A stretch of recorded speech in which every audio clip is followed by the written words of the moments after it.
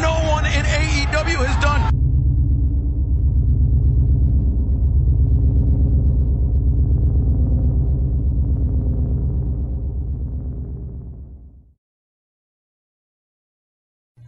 Promotional consideration paid for by the following. Why? What that? Real authentic Jamaican street food. But this you're getting real cooking. What on? Get the syrup. Did you hear my damn shit? Get the syrup. Slide on now. Slide on. Yeah. Yeah, man. I will take my glory and me creating myself and give Jesus. Make the nice you always make now. Make the nice guy don't want to work for you like a dead dog. Make the nice. Monkeys. Yeah, them place are with me. And this you get the real flavor of the island.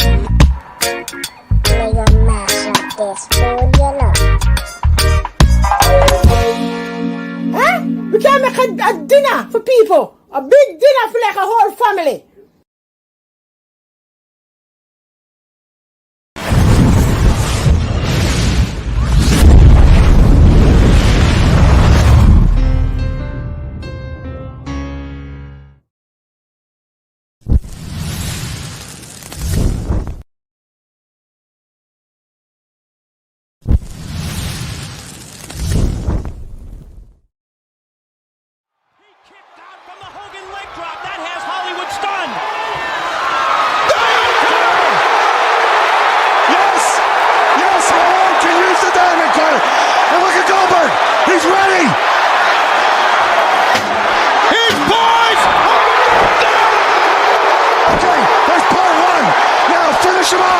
Finish him off! He's calling for it! This is it! This is it! Your career's on the line here! Do it! Do it! This place only rep when he picks him up. He's got him up! Oh, hell yeah! 1, 2, 3! Thank you! Thank you! Thank you! We've got a new heavyweight champion! Climb the ladder, kid! Make yourself famous! I just had an out-of-body experience! What did we just see? What did we just see? He got him a power slam! He got him a power slam! He got it! Simmons got it! Simmons has won the match! Simmons is a champion! Always maintain that reality is for people who can't face drugs. Shit is about to get real.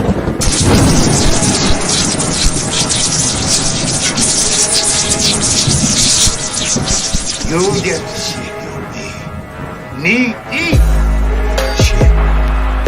Look at the stare of the champion against the challenger. What? And now, Straight Talk Society presents Wrestling with Reality. The following announcement has been paid for by the New World Order. It's going to be the biggest battleground in the history of our sport. The biggest match in pro wrestling history. The two biggest superstars in our sport in the biggest event the sport has ever seen. The biggest match in the history of our sport. Trying to run a little scalded dog here. Enough is enough. That's enough. No! Oh, God, that's enough! Stop it! Man, listen. Marriage tougher than a $2 steak. Who is your daddy? Who's your daddy, Undertaker? Slam! Slam! Who's your daddy, Undertaker? Lucifer's lips are the biggest times in the WWE! Somebody stop this! Somebody stop the damn man! Enough's enough! What? The irresistible force meeting the immovable object. Dennis got it real. Woo! WWE Dynamite. Ladies and gentlemen, may I have your attention, please? It's time. Let's rock. I can't do it. We'll do it live. So escape from reality? We'll do it live. Fuck it. I am reality. Do it live. I'll write it and we'll do it live. No, it's live, pal. Let the slaughter begin! wrestling with reality. I have come here to chew bubblegum and kick ass. Junior, look at this. And I'm all out of bubblegum. Number one, to be the man, baby. You have to beat the man. Heavyweight champion of the world. The time is now. Reality has become the present, and the final lesson of the pain game has begun. Have you ever heard a joke like that in your life? You are gonna wrestle my ass for the world title. You will have to kill me to keep me from killing you. Woo! The 90s have been referred to as the reckoning with truth. In the 80s, everything was clouded. Nobody ever told the truth. In the 90s, the way to go is flat out. Tell no lies. That's the way we're gonna do it. When you hear something from our lips, truth it may be, and as much as it may hurt, you can count on it being exactly the way that it is. We want the gold, sucker! Hulk Hogan, we coming for you, nigga!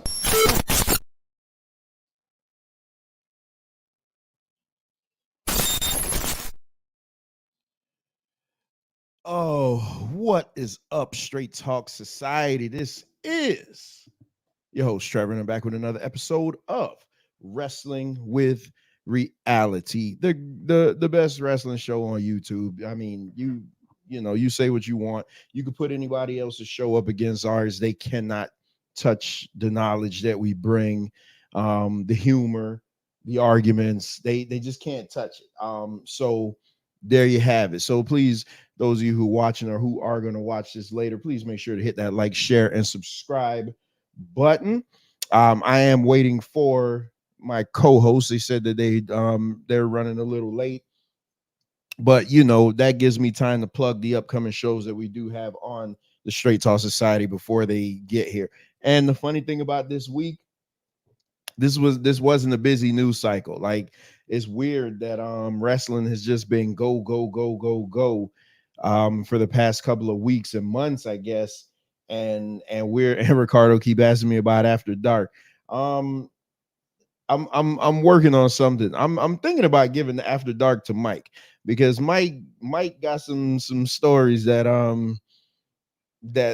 needs to be told on that. I'm trying to work some things out. I'm thinking about just giving that completely to Mike.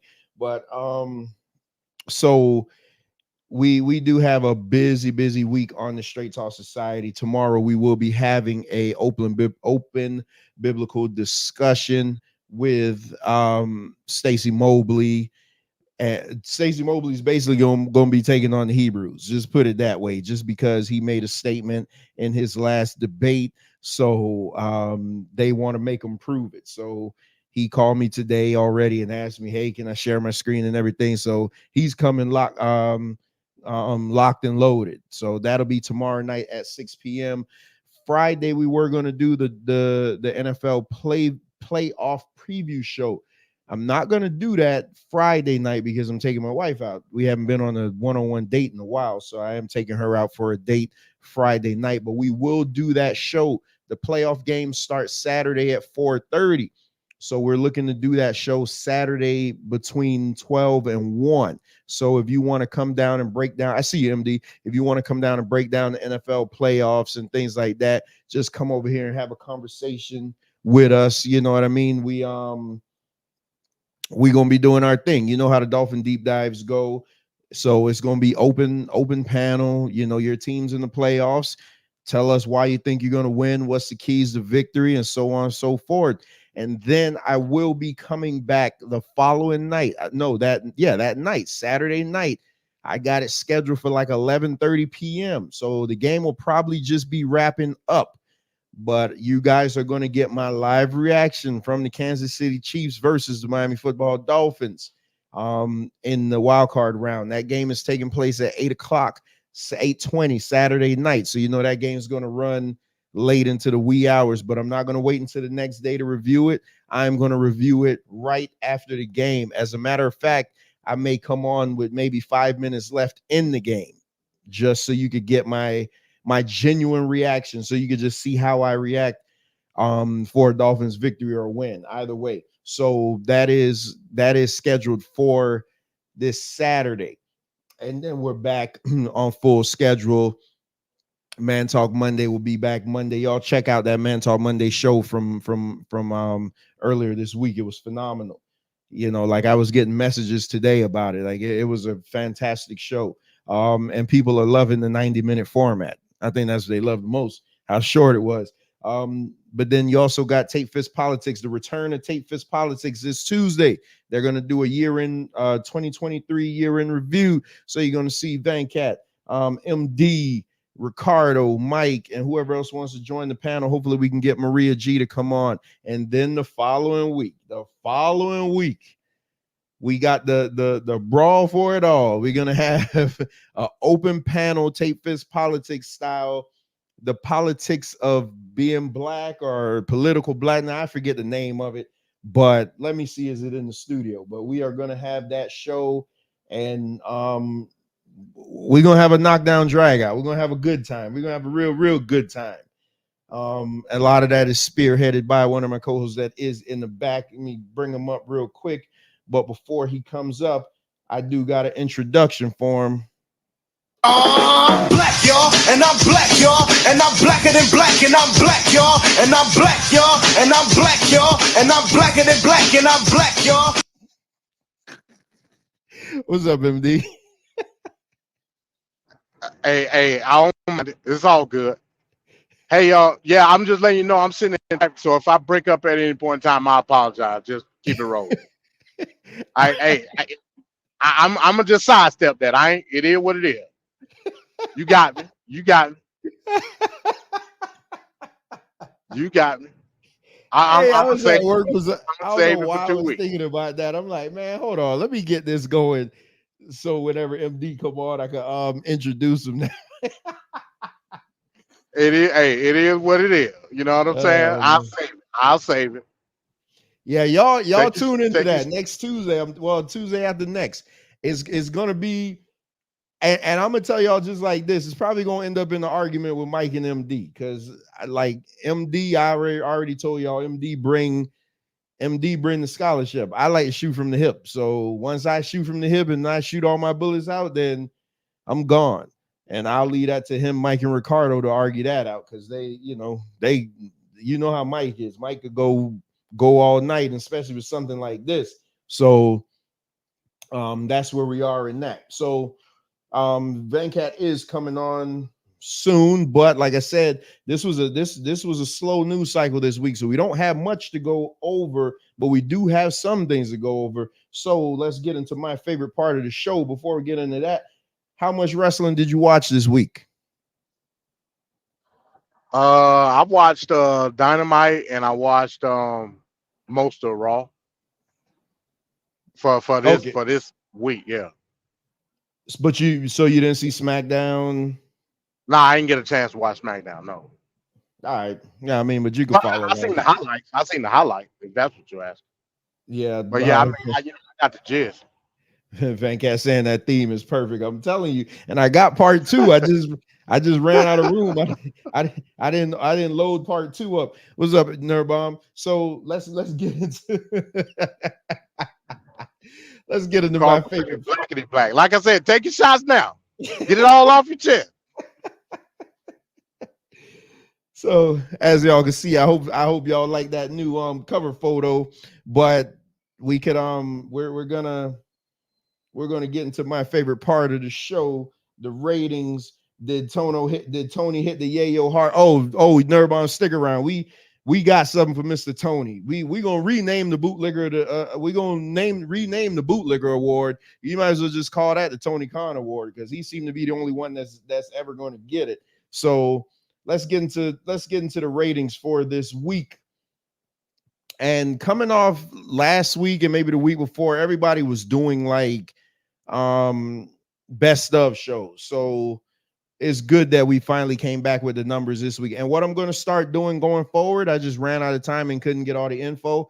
In addition to the attendant, in addition to the I just blew it. And it's in addition to the rating and the demo number, I'm going to also try to pull the attendance just so we can see what the attendance is in the building. So let's start with AEW Dynamite. So this comes from WrestleNomics. All these come from WrestleNomics because everybody just takes his info. So per WrestleNomics, Dynamite netted 801,000 viewers and a 0.26 rating in the 18 to 49 demo. So these were down from 843,000 and 0.31 in the demo respectively. And the demo rating is only a tad bit higher than what NXT drew for New Year's Evil. So we're going to get into this Dynamite rating because I want you watch Dynamite, so you'll be able to tell me exactly what you thought about this. It says the big drop in the demo rating is a surprise given the reveal of Adam Cole as the devil at World's End. The Undisputed Kingdom might have been a bigger draw when they kept their mask on. And that came from Cage Side Seats. I didn't throw that in, but Cage Side Seats threw that in. Friday Night SmackDown, New Year's Revolution episode drew 2.465, a monster number, up 81.9% from the previous week. But again, the previous week was a best of show and is up 16.9% from the last live episode 2 weeks ago. So it did better than the last live episode 2 weeks ago. That's a 2.5 million. That's a monster number in these days and times. This is the largest audience total for SmackDown since September 15th, when The Rock made a surprise appearance on the show. SmackDown was up to a 0.67 rating in the 18 to 49. That's a monster rating. That's up 132.1% from last week's best of episode. So Rampage, moving right along. This week's episode of Rampage drew 406,000 in total viewers, a 0.14 in the demo.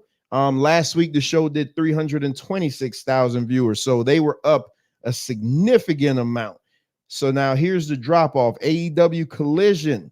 Saturday night's episode of AEW Collision pulled in 402,000 viewers. So Rampage pulled in 4,000 more viewers than Collision did. Last week's Collision drew 489,000. So there's over 80,000 viewer drop between week to week. And I'm trying to remember, was there any football on? There could have been football on. So I give them that. But we notice that football is not their competition. It's normally when they go up against WWE or stuff like that. So let me see. So we got two more ratings to get to. So Monday Night Raw. This week's episode of Monday Night Raw drew 1.464 million. That's not good. This was the advertisement of CM Punk. Now I know what they're going to say. They went up against the college football national championship, but a 1.5 when last week they did a 1.751. They almost had 1.8 million viewers last week with no CM Punk. This week they're gone down 200,000. So the 18 to 49 key demo brought in a 0.44. Last week brought in a 0.60. So even in the demo, the number was grossly down. Again, I know them. They'll say that it's based on football, and it might be, because the national championship game drew 25.1 million viewers between airing on 4 different channels. So there could be some validity to that. But Raw is averaging a 0.52. See, this is stupid. Raw is averaging a 0.52 demo rating and 1.6 million viewers in 2024. They only had 2 damn episodes so far. So that's a reaching headline. So, and the last bit of the ratings is NXT. So WWE NXT, the viewership dropped on January 9th. WrestleNomics reports that it drew 722,000, which again for NXT, who normally averages like 600,000, that's good. Last week they did 768. So there you have the rating. So let's go over this first. The AEW rating went down 80,000. So You there, MD? Because I know you said you was in a bad area. Yeah, I'm here. I'm here. Oh. I'm listening in. So okay, so after a championship win or anything like that, people normally tune in for the show after the pay-per-view, correct? Right. So where did 80,000 people go with Samoa Joe becoming the new champion? I mean, look at how the program was ran. I mean, we sat here not yesterday, but last week, and talked about how it was such an afterthought that he won the championship. I mean, that's the consensus. So if me and you came up with that consensus, I think most of the audience within itself came to that consensus as well. And it was an afterthought. It was more about the devil situation, and that was underwhelming to say the least. You know what I'm saying? So I'm so glad you said that, because that's where I was going next. Right. So I think, people oh shit, my bad. People just looked at it as, you know what I mean? When we should have been more excited for the Samoa Joe Championship, in my opinion, than anything else. But because of how the storyline went, nobody really cared. You know what I'm saying? Which is sad, because it's Samoa Joe. So Samoa Joe wins the title, and what we all said we thought was a really good match. Wasn't better than the one they had on Dynamite, but nevertheless, it was a really good match. And how do they follow up on that? They have him cut a promo in the parking lot. He wasn't on the show. Yeah, at the beginning. Yeah, you have your champion. You have your newly crowned champion that's been tearing through everybody, just destroying guys, leaving dudes in the pile of their own blood and whatever. And you reward him by having a pre-taped promo in the parking lot. And so we end up getting this as the open to the show. And MD already touched on it. And I'm gonna tell you, this sucked. This was terrible, MD. This was terrible. It was. I can't front. It definitely was terrible. The fact that they leaning so heavy on the emphasis being Adam Cole when he's sitting up here with a walking boot on is mind-boggling to me. You know what I mean? It's just mind-boggling. I wanted to love this devil gimmick. The devil gimmick was the reason why I reached out to Zay so I could get the hookup so I could watch it, because I wanted to see who the reveal was going to be as a devil, because I was so invested in it, even though it was getting kind of silly.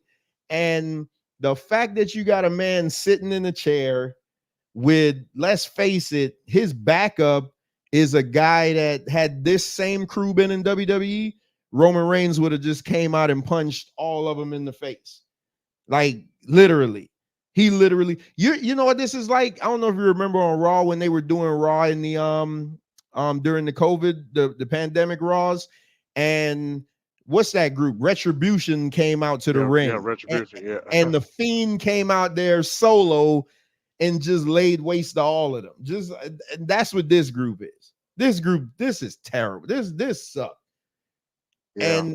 And the fans didn't receive it well. Like, I mean, the people can say what they want, but the fans did not receive this well, because you're looking at a guy, give us Samoa Joe. So Adam Cole is saying that him and Samoa Joe worked out a deal, but I think Wardlow is going to be wrestling Samoa Joe at some point, and now they're running the Christian Cage gimmick again.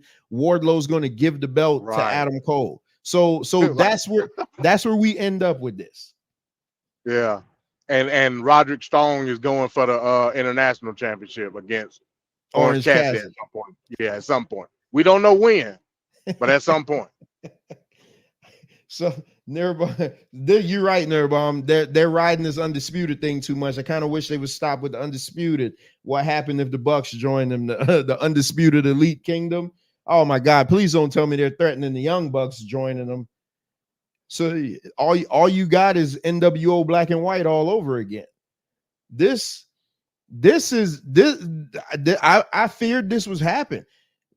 Tony Khan wants to be WWE so bad. Like he's doing their thing. This is a WWE storyline if I ever seen one. Yeah. I mean, I get it. Again, it don't, the whole Undisputed thing, it doesn't have the same twang Undisputed Era. We all know that. You know what I mean?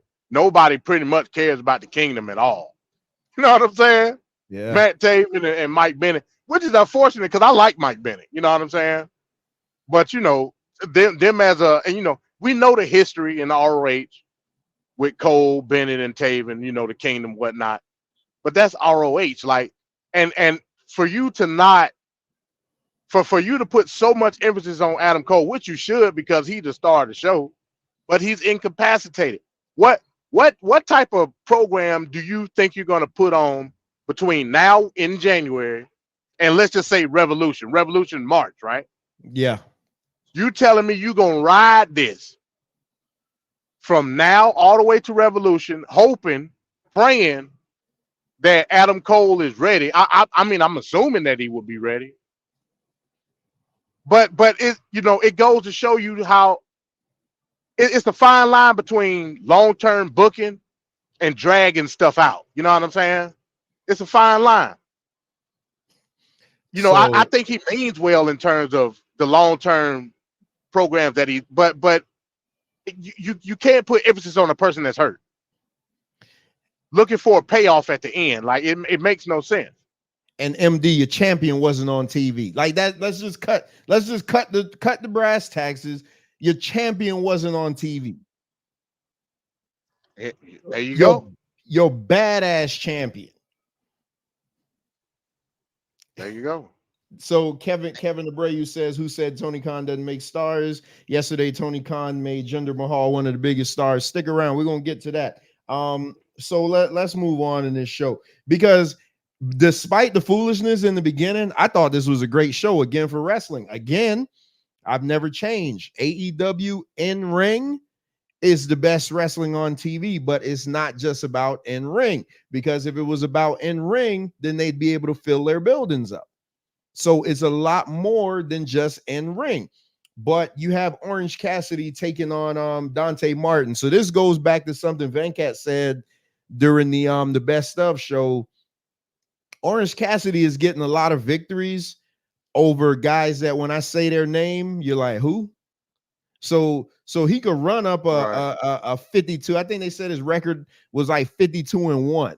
So he could run up a crazy record like that because he's like just literally wrestling anybody. That's why that's why I feel like he didn't deserve to be in the voting for Wrestler of the Year, just because he's running up the scoreboard on a bunch of no names. But nevertheless, that was in 2023. I just thought I'd throw that out there. But you had this match, Orange Cassidy versus Dante Martin. I see the eyeballs starting to creep in. Please make sure and hit the like, share, and subscribe button. Let everybody know. Like Tape Fist Politics, there's not a better wrestling show on YouTube than you will find right here. And that is true. Hey, let me ask you a question regarding that then, Trevor. We talk about mid-card titles, right? Mm-hmm. In terms of the international championship, do you consider that a mid-card title versus something like the TNT title? Okay, so you always hear them say the belt makes the man or the man makes the belt. The TNT title is made by Christian. If anybody else had that belt, it would be a fart in church.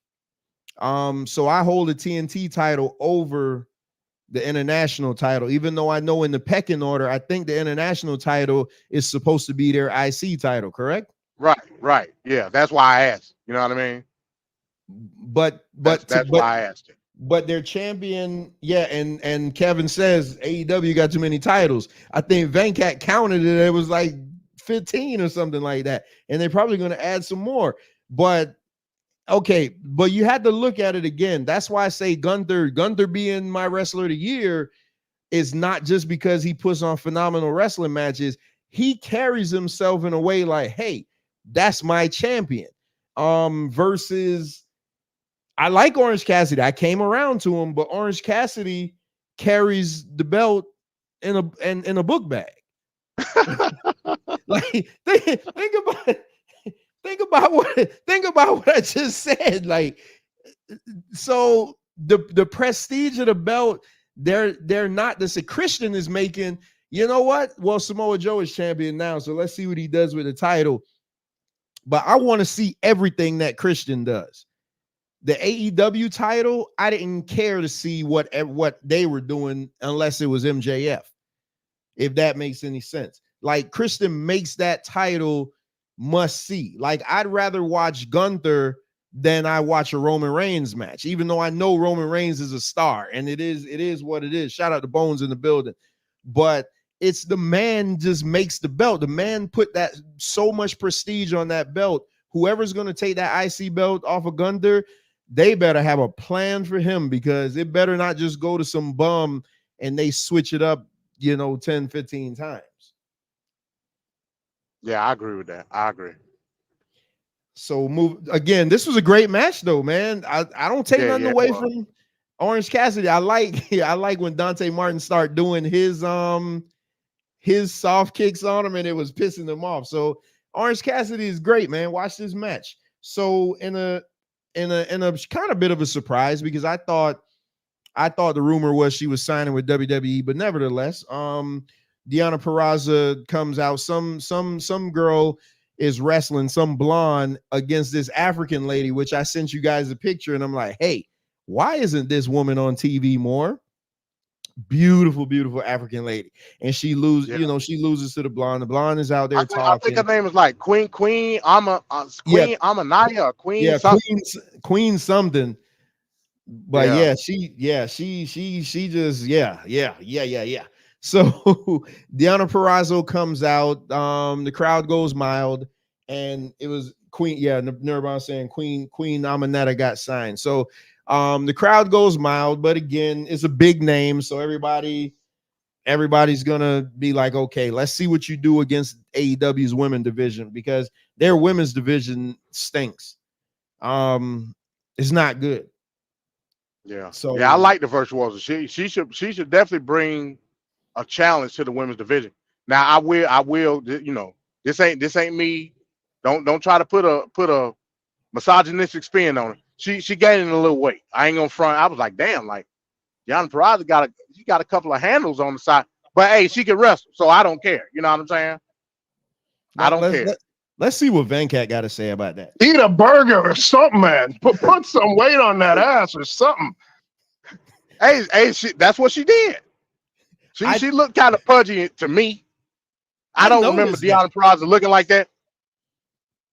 When I noticed that, but I'm just like, well, maybe I haven't, because I don't watch Impact. So I'm like, okay, I didn't, because I know her from NXT. So I'm like, okay, maybe it's just me. Maybe she's always been like that. But now with you saying that, so it wasn't just me. Nah, she definitely ain't always been like that. So hopefully she can. Mariah May. Yeah. Nurbom. She's Mariah May. Yeah, that's the chick with Tony Storm. Yeah. She's a looker, and her ring gear. What I noticed about her and her ring gear too, unlike a lot of these women in AEW, her ring gear suits her. Her ring gear fits her. So it's not Deonna Purrazzo isn't going to fix the booking is Tony Khan. Well, I agree with that. Yeah, I agree. Tony Khan is a boob, man. Tony Khan. Okay, I'm saying this right now. We need to, Venkat, you're listening. You need to, I mean, make it to work. I pushed the show back 45 minutes late. MD made it, but yeah, I know you're busy. We need to start keeping the tracker. Match of the year. This needs to go on the tracker for TV match of the year.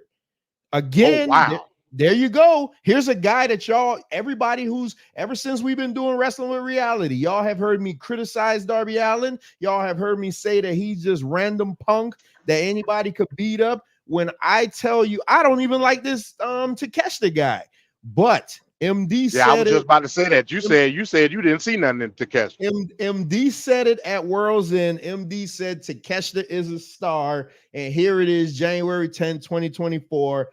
I agree.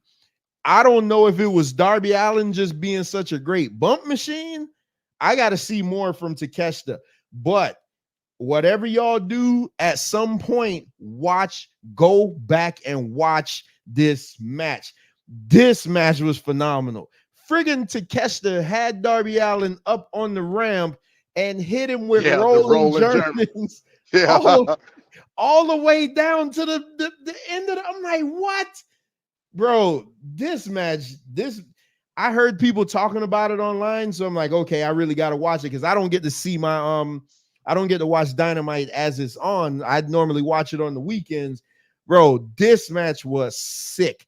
Takeshita, hey, you see him hitting him with that running knee, and he hit him with every bit of that. Like he took Darby's head off. I thought this match was phenomenal. I would put this on the tracker for TV match of the year. This was awesome. I wasn't expecting that. You didn't like this one? No, I'm saying it was a great match. I wasn't expecting like you. Yeah, to put this in, but to put this on the list. This was awesome, man. I love this. This man, because I just love. You know what this reminded me of? This reminded me of Bryan Danielson versus Brock Lesnar. The guy that's clearly outmatched, but he's just going to keep coming at you. He's going to get them hope spots, and then at the end, the big guy just going to kill him. And that's how it should be. That's the way of the world. And that's what happened. I thought this match was fantastic. Yeah, I thought it was great. I could have seen that match actually being a squash, even though it's Darby Allin and he got star power. Based on the story that they were trying to portray, I could easily see Takeshita squashing Darby Allin. That, especially the way they pushed Takeshita. But they made it work into that little guy versus big guy, heart versus strength. They made it work, and it was a great match. I'm not going to necessarily say, me personally, I'm not going to necessarily say that it was to a point where it could be on that list, but I keep track of it. Yeah, we definitely got to keep track of that one, because that one was, I think by the time we get midway in the year, this match still going to hold up. Talk about another good match. This was good. This wasn't great. This wasn't better than the previous match. You had one of my favorites that I'm coming around on again. See, I'm the guy that loves the AEW roster. See, Trevor is all elite. Daniel Garcia versus Swerve Strickland. Swerve Strickland, they need to get him in the title picture somehow. This was another good one. The spot that I hated, though, everybody's gonna know that bumbling idiot Prince Nana is outside. The dance off. And Garcia goes out there and they have a dance off. I'm like, you got this serious guy in the ring, Swerve, and you're out here having a dance off with Nana. You know what's going to happen, right? Swerve is going to beat the hell out. He's going to beat the piss out of Nana because it's almost coming off too heavy-handed now when Swerve is there literally just being serious, and you got this buffoon in the back just doing all type of craziness, and Swerve just every now and then he'll give him that look. Like he'll just give him that look like, yeah, it's coming. Oh, I can't wait till it happens. And he's gonna beat the piss out of him. I can see it, but you know, the crowd loves Nana. So I think that'll be a plus for him at the end of the day as a face. You know what I'm saying? You know, so I can see that.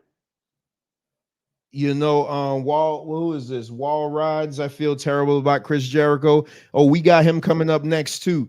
So just stick around. You know what I'm afraid that's gonna happen? Remember, Vince McMahon said he didn't know if Bryan was over. He thought that the yes chance was over.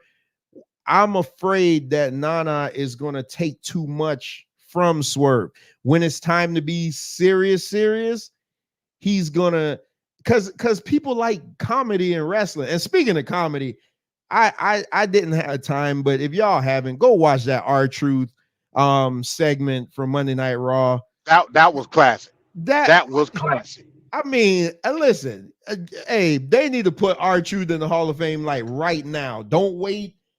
That frigging guy you could give him anything and he just makes it gold, man. That was it was fantastic, man. That was awesome. Yeah, that had me dying laughing. But yeah, that was I'm glad Tony gave him a title shot this weekend. Who got a title shot? Garcia? Yeah, I haven't seen well, I did watch Collision. So at the end of the match now, Swerve's getting ready to be Swerve, and this was good. This was good. They're going back to it, which I'm not a fan of just because the way the match ended, but this was good. Hangman came out, they did the stare off, and then they just went to blows. They went like a locker room, not a locker room. All the refs came out, referees coming out, brawl, and it was great. I love this. The brawl was good. They were actually hitting each other. It was really good. I'm just not sure why they're going back to this. So because now they're going, it don't make no sense to me. Yeah. Swerve needs to keep going upward. He don't need to be going backwards or side to side, revisiting any old feuds. Swerve needs to keep that upward trajectory. So I don't know if this is a thing like, hey, we just want to keep Hangman busy, because where do you go from the match, the Texas Death Match? Like, what can you do better than that? Well, I don't know. I don't necessarily think it's anything you could do better, but you can. It's a way to put Hangman in a program, because you could tie him in with the whole Devil situation when he got jumped. I'm not understanding. See, and that's the problem with the Devil storyline. You have emphasis on the person that's hurt. You have 4 other guys that's part of the group. You got to do something with them. I was under the impression that Hangman was going to go, because he said it in the back. He was like, the whole thing about the Devil stuff and how he got beat up and blah, blah, blah, this and that.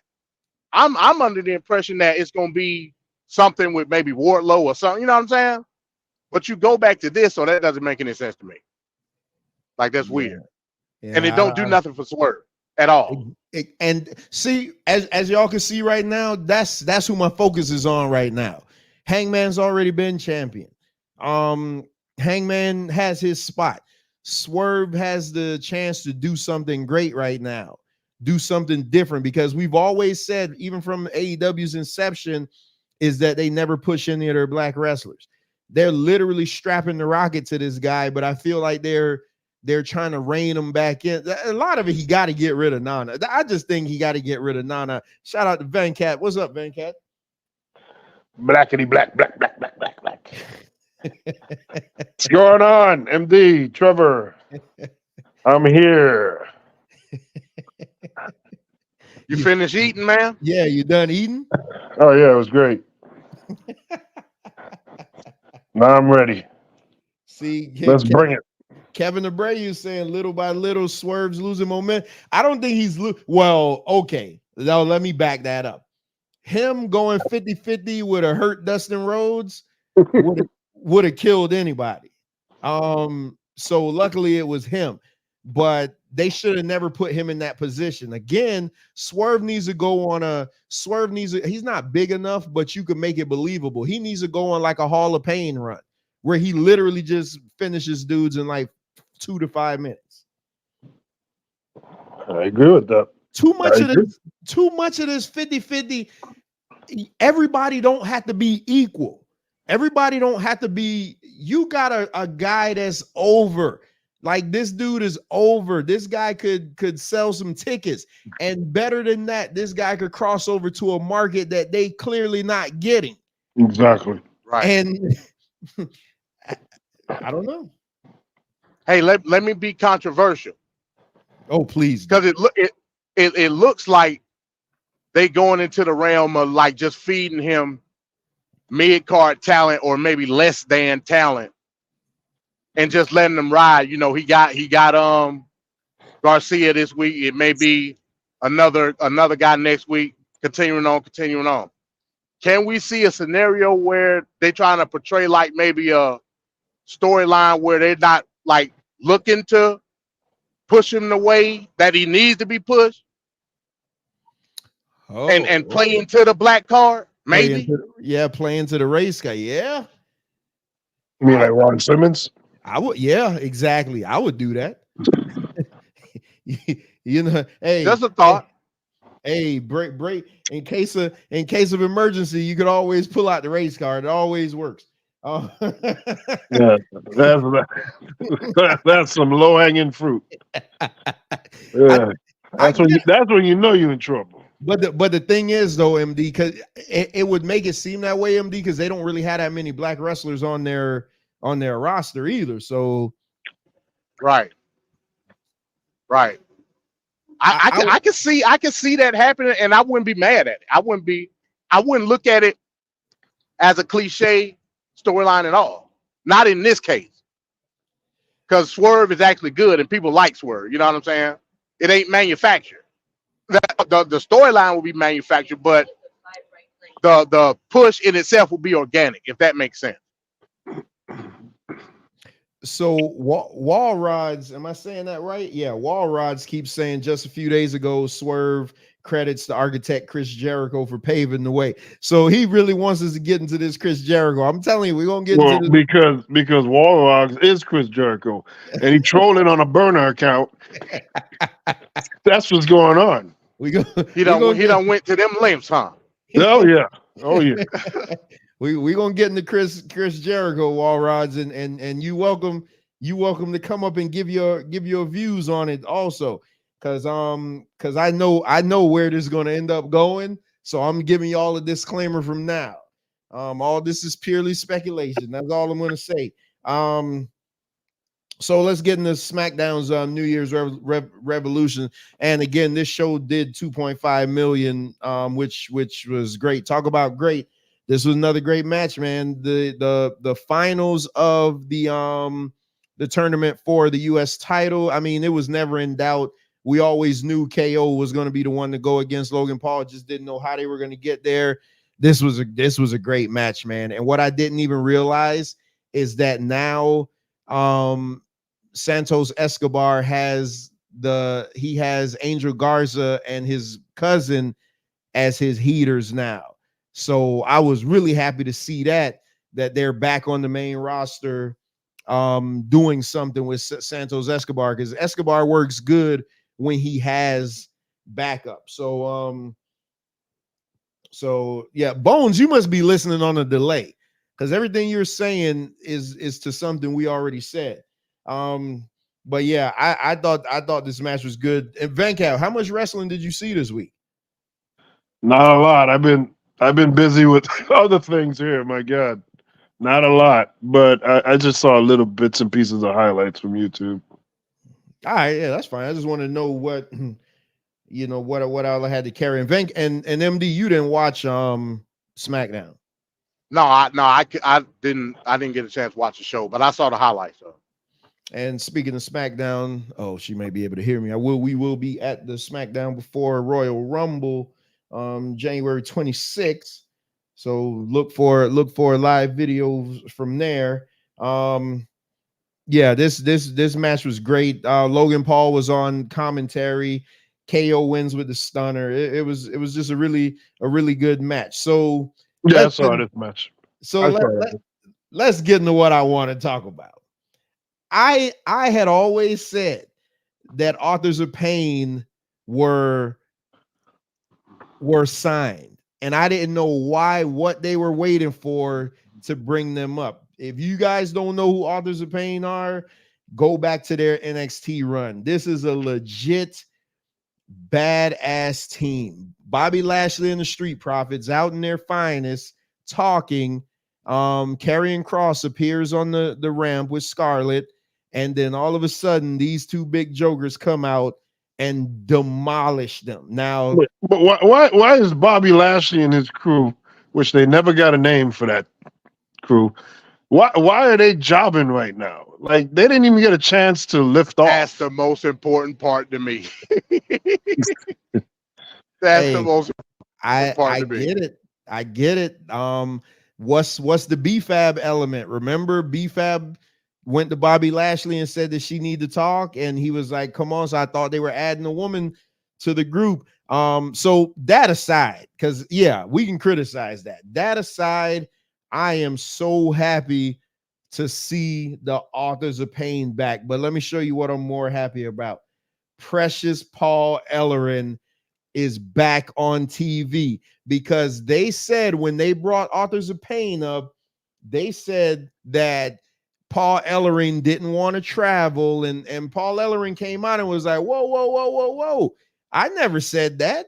It was Vince McMahon didn't want him on TV because he's an old guy. Oh wow, old guys discriminating against the old people. I am glad that Paul Ellering is back, and he just because he could talk for these guys because I think they could do something with this group because the Authors of Pain legit badasses. They're real MMA fighters. These guys are no joke. These legit, and when they do that Super Collider, they're reckless as hell with that collider, man. So hey, whoever's up there, just protect your neck because they are trying to take your head off. Walrod said, I agree. Bobby and the Prophets deserve a shine. I think this is their new feud, and then they'll bring B-Fab as the woman to feud with them. So what you guys think about this faction? We could rip apart what they're doing to Bobby and the Prophet. Bobby Lashley needs another title run. I mean, he does. I love Bobby Lashley. And I thought that this was going to be something. I like it, and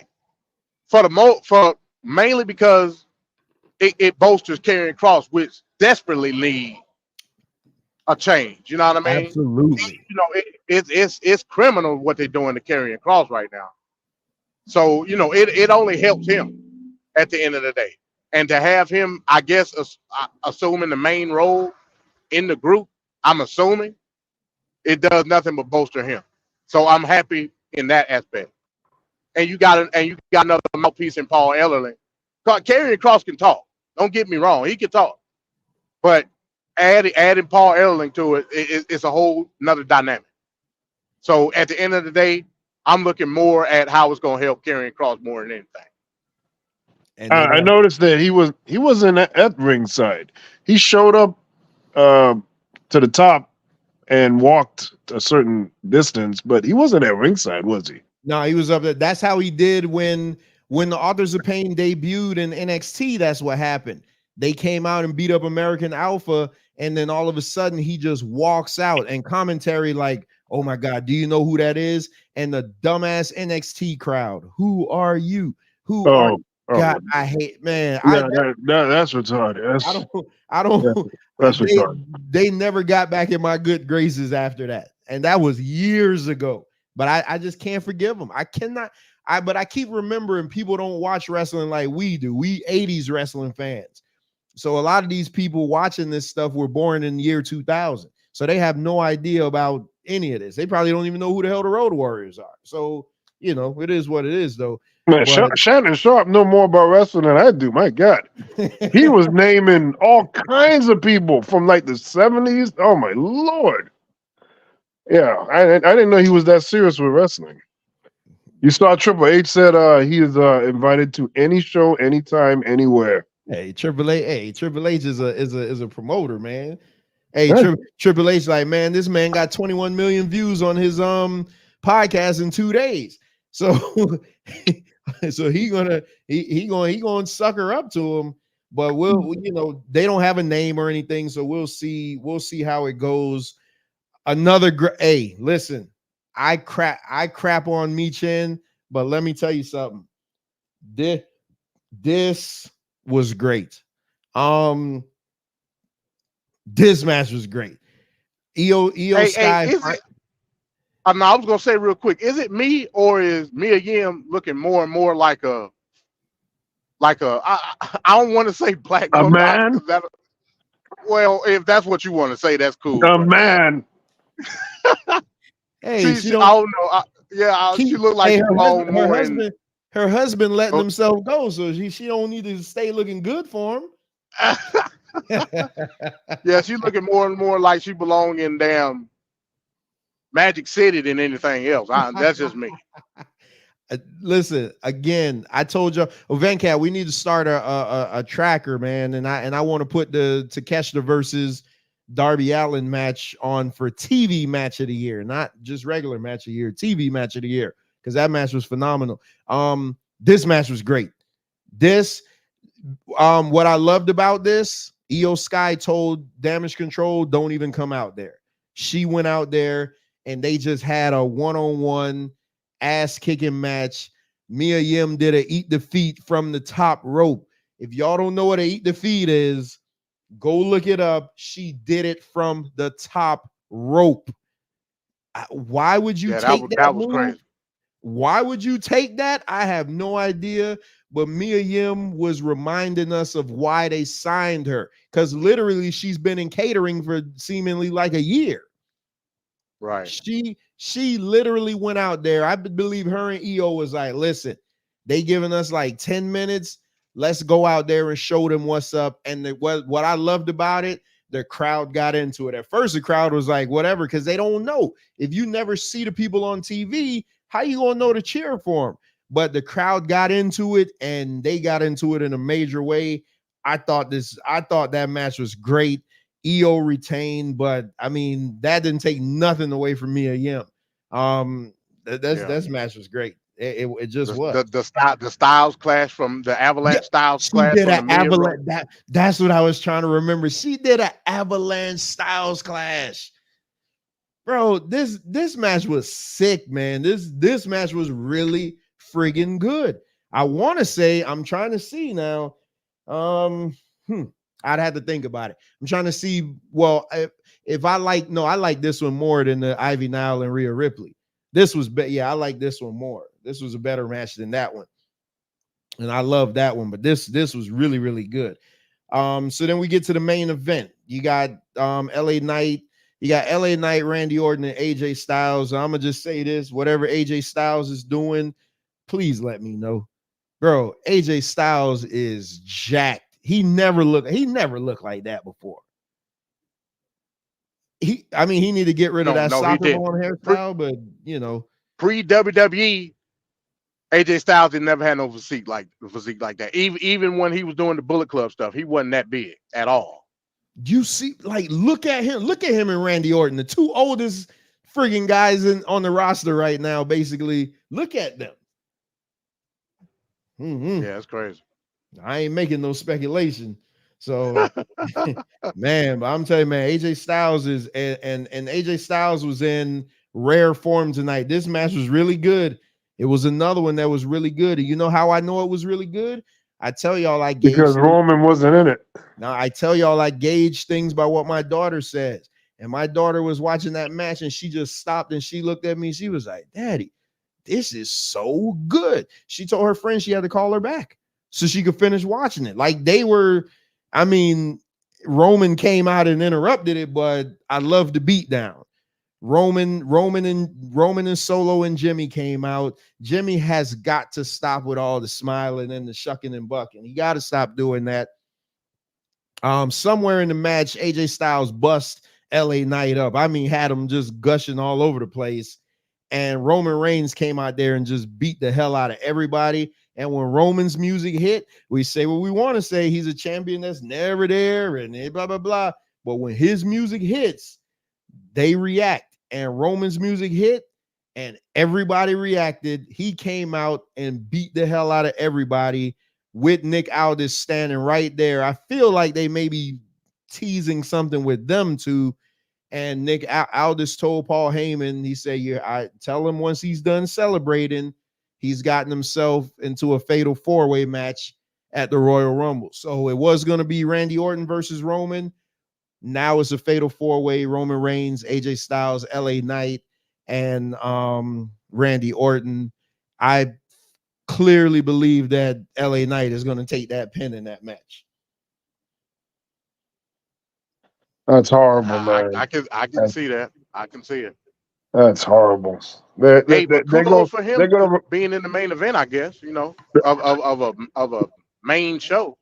That's the bar for this guy now. This is crazy, man. He was on this hot streak, and now they're like trying to cool him off. This keeps happening, man. This keeps happening. They're too so hold on, wait a minute. Yeah, so wait a minute. He's going to be in a match for the undisputed title at the Royal Rumble. That's cooling him off? Yes, it is, because he's there to job. What about the other two guys? Aren't they jobbing? No, they're not. That's Randy Orton, man. He ain't jobbing. You see what I'm saying, MD? No. Hey, I was just asking. You see what I'm saying? I was just asking. So let's get in the AEW Collision, another show full of good matches. Again, AEW best wrestling product, wrestling in ring product. But guess how many people they had in this building? 3,706. So again, take that for what it's worth. And like I said, next week's show, in addition to doing the ratings and the demo number, I will be doing attendance also. So this is what, year 4 or 5? 2019. So what's year this 4 is going into year 5. Going into 5. Okay. All right. Yeah. So think about any company ever, even WWE itself, where they were at year 5. No. I'm just saying. Think about that. Even WCW that doesn't in work. year 5. That doesn't work. How does it not work? They were selling out 10,000 seat arenas. It doesn't work. They did that. They did that early on, man. Early on. Exactly. One time. You don't decline. They did that one time. It was one show. That doesn't mean like that's like saying WWE declined when they never hit that 93,000 ever again. That's one time. They did it one time. It's not big. I mean, they had a great show on one night. It was a special occasion, but they're not gonna be living in that. They have to build. But the model was different though, Van Cat. Go ahead. They, if we're talking about, I don't know, let's just say WCW, the model was different. We all know that. The working model was the studio shows like Universal and Center Stage, and then play off of that based off of programs, and then have the big show. Like, and they were running a pay-per-view every month. Right. AEW is running arenas every week. Nobody told them to do that, but they did it. So I mean, I won't compare the two based on the model in which both, how different they are. I'm just saying, it takes 7 years for most businesses to get to a profit. Let me ask 5. Let me ask you, would you look at AEW any less if, I don't know, let's just say they ran Daly's Place every week, except, besides doing like arenas?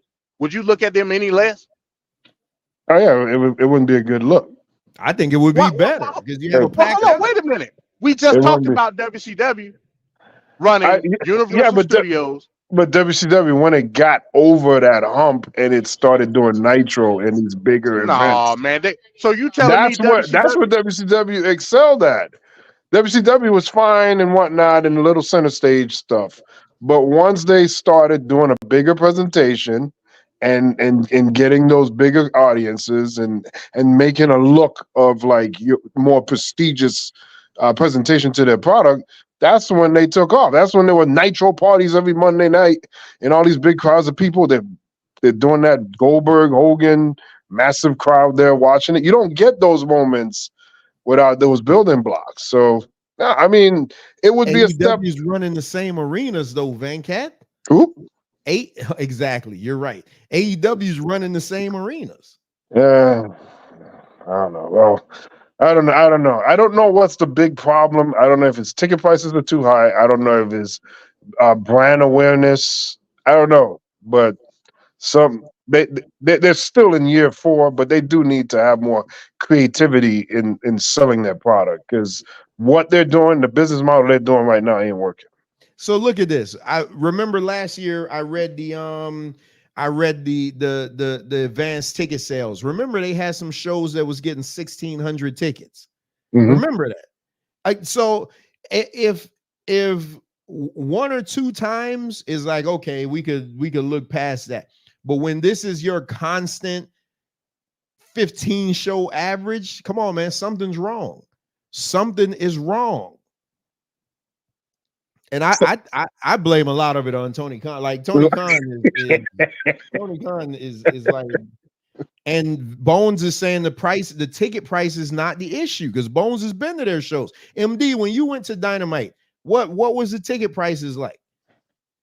The seats that we had, remember we talked about this. The seat all together for the 3 tickets that I got, I paid the tickets were like 50, 60 bucks a piece.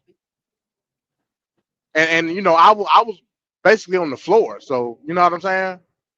It's you know, it's adequate for a wrestling show. Put it that way. So I just bought my tickets. I just bought my tickets last week. 3 tickets in section 104, which is the section right above the floor seats. $240 with fees. For how many tickets? For 3 tickets. It's comparable. So we paid the same thing. Yeah, So pretty much the same. Yeah. The ticket So price you just proved my point. The prices are incorrect because they should be trending a little bit less than WWE. No, but they got to make their money because they don't have a big TV deal.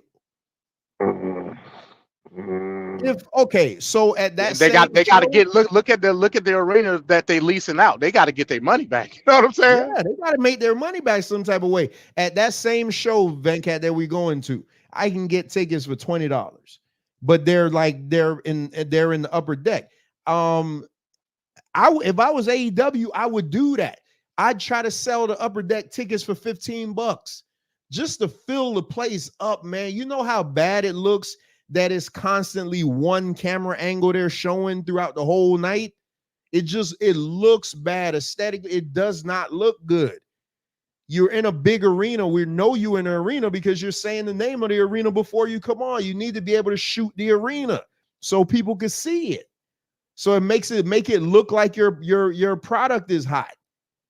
So that's all I'm saying. So you're talking about doing the smaller crowd, that daily place or whatever, doing that for all their shows, Collision, Dynamite, maybe even pay-per-views.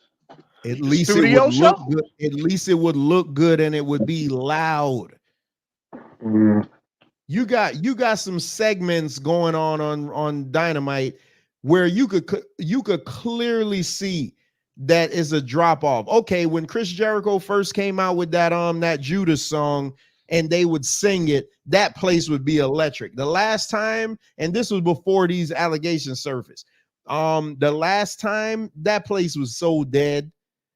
The place was just because nobody was in there. Like you could just hear it. It's just like, huh? Yeah, that song is not all that, by the way. That's a good song. But Break the Walls is way better than that. So hold on, I missed this from Walrus. Walrus is saying WCW was a victim of his own success. Executives began making decisions that had no right to make it. Bischoff gets much of the blame. So does Russo. Neither killed it. Russo's terrible booking did a lot to destroy it, in my opinion. Walrus is right. He's 100% right here. This is the obvious thing that people try to do revisionist history. He's actually representing what happened. It was executives at Turner that decided they don't like wrestling. They don't want it on.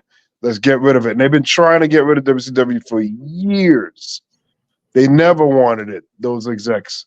It's Ted Turner that had to fight to keep it on all the time. So it had nothing to do with, I mean, WWE is like sleepwalking through some of these shows and events they have. They don't put the best product out routinely. And they just try to get paid. Just get in the ring, rub your body together and get the hell out. Let's go home. That's all they're doing a lot of nights. So, you know, the product of whatever WCW was doing, that had nothing to do with it. It was the freaking execs. Well, again, Venkat, you're gonna have to give me the link between the lot. You're gonna have to give me the logic. If that's the mannerisms of WWE, yet they selling 10,000 plus every week. But there's no correlation between product. You just established how AEW does the best in-ring work and they don't get no audience. So that's not going to equate the problem in selling tickets. You can put on the best show, the worst show. This comes down to brand recognition and perception by the audience. That's all this is. So why has Impact been in business longer than WCW then? Look, I mean, Impact is like in a hole in the wall, ain't it? And they don't. WCW, what? It doesn't matter. They're the third. I think they're the third brand right now. Yeah, they're the third brand, but did they have to answer to big time executives at a big media? What? Yeah, I'm here. Can you hear me? Oh, okay. No, I thought he fell off. Oh no, I'm here. Y'all, yeah, hey, WCW's situation is way different than Impact, which is some dude just keep pushing and pushing and pushing, friggin' more borrowing from his house, mortgage and whatnot, and trying to push more money into it to keep it alive. Versus WCW had board of directors and all this big nonsense that they had to go through. It's a completely different circumstance. Boy, to be fair, they do have to answer to execs. They got to answer to access to Anthem. Doesn't Anthem own them or who owns them now? It's damn, what's the name of that company? A gigantic company. What gigantic? Is it bigger than Time Warner? No, it's not bigger than Time Warner. Okay. So what are we talking about here? But that doesn't. They got to answer to execs, right? Whatever. Whether they be big or small. You see what I'm saying, man? We was having a good conversation, and then you see how he just so dismissive about it. They're not bigger than Time Warner. They're not. There's a different dynamic. Man, come on, man. If WCW's ratings start going down, WCW went from getting 5s and 6s to 2s in the middle of the Monday Night Wars. So those same 2s today people would kill for. But they're getting 2s now. It doesn't matter. But you see, you always hold on. Damn, I gotta see. Stop moving the goalpost. Exactly. There you go. Tell him, Mike. Stop moving the goalpost. Because he literally just moved the goalpost. How did I move the goalpost? But I don't see how I moved the goalpost. Yeah, whatever. We'll have to get in there. We'll have to get into this some other time. Again, this gonna be a running theme tonight. Another great match. Eddie Kingston versus Trent Beretta. I thought this was great. I didn't want to like it, but it was great. I don't know how Eddie Kingston busted open Trent Beretta. I think he broke his nose with one of those chops that actually landed. And that just made the match so much better, especially that Trent Beretta was out there bleeding and his mom is at ringside, like so worried about her son, if he could breathe and stuff. That added a fantastic element to it. I thought this was great. This was for the AEW Continental belt.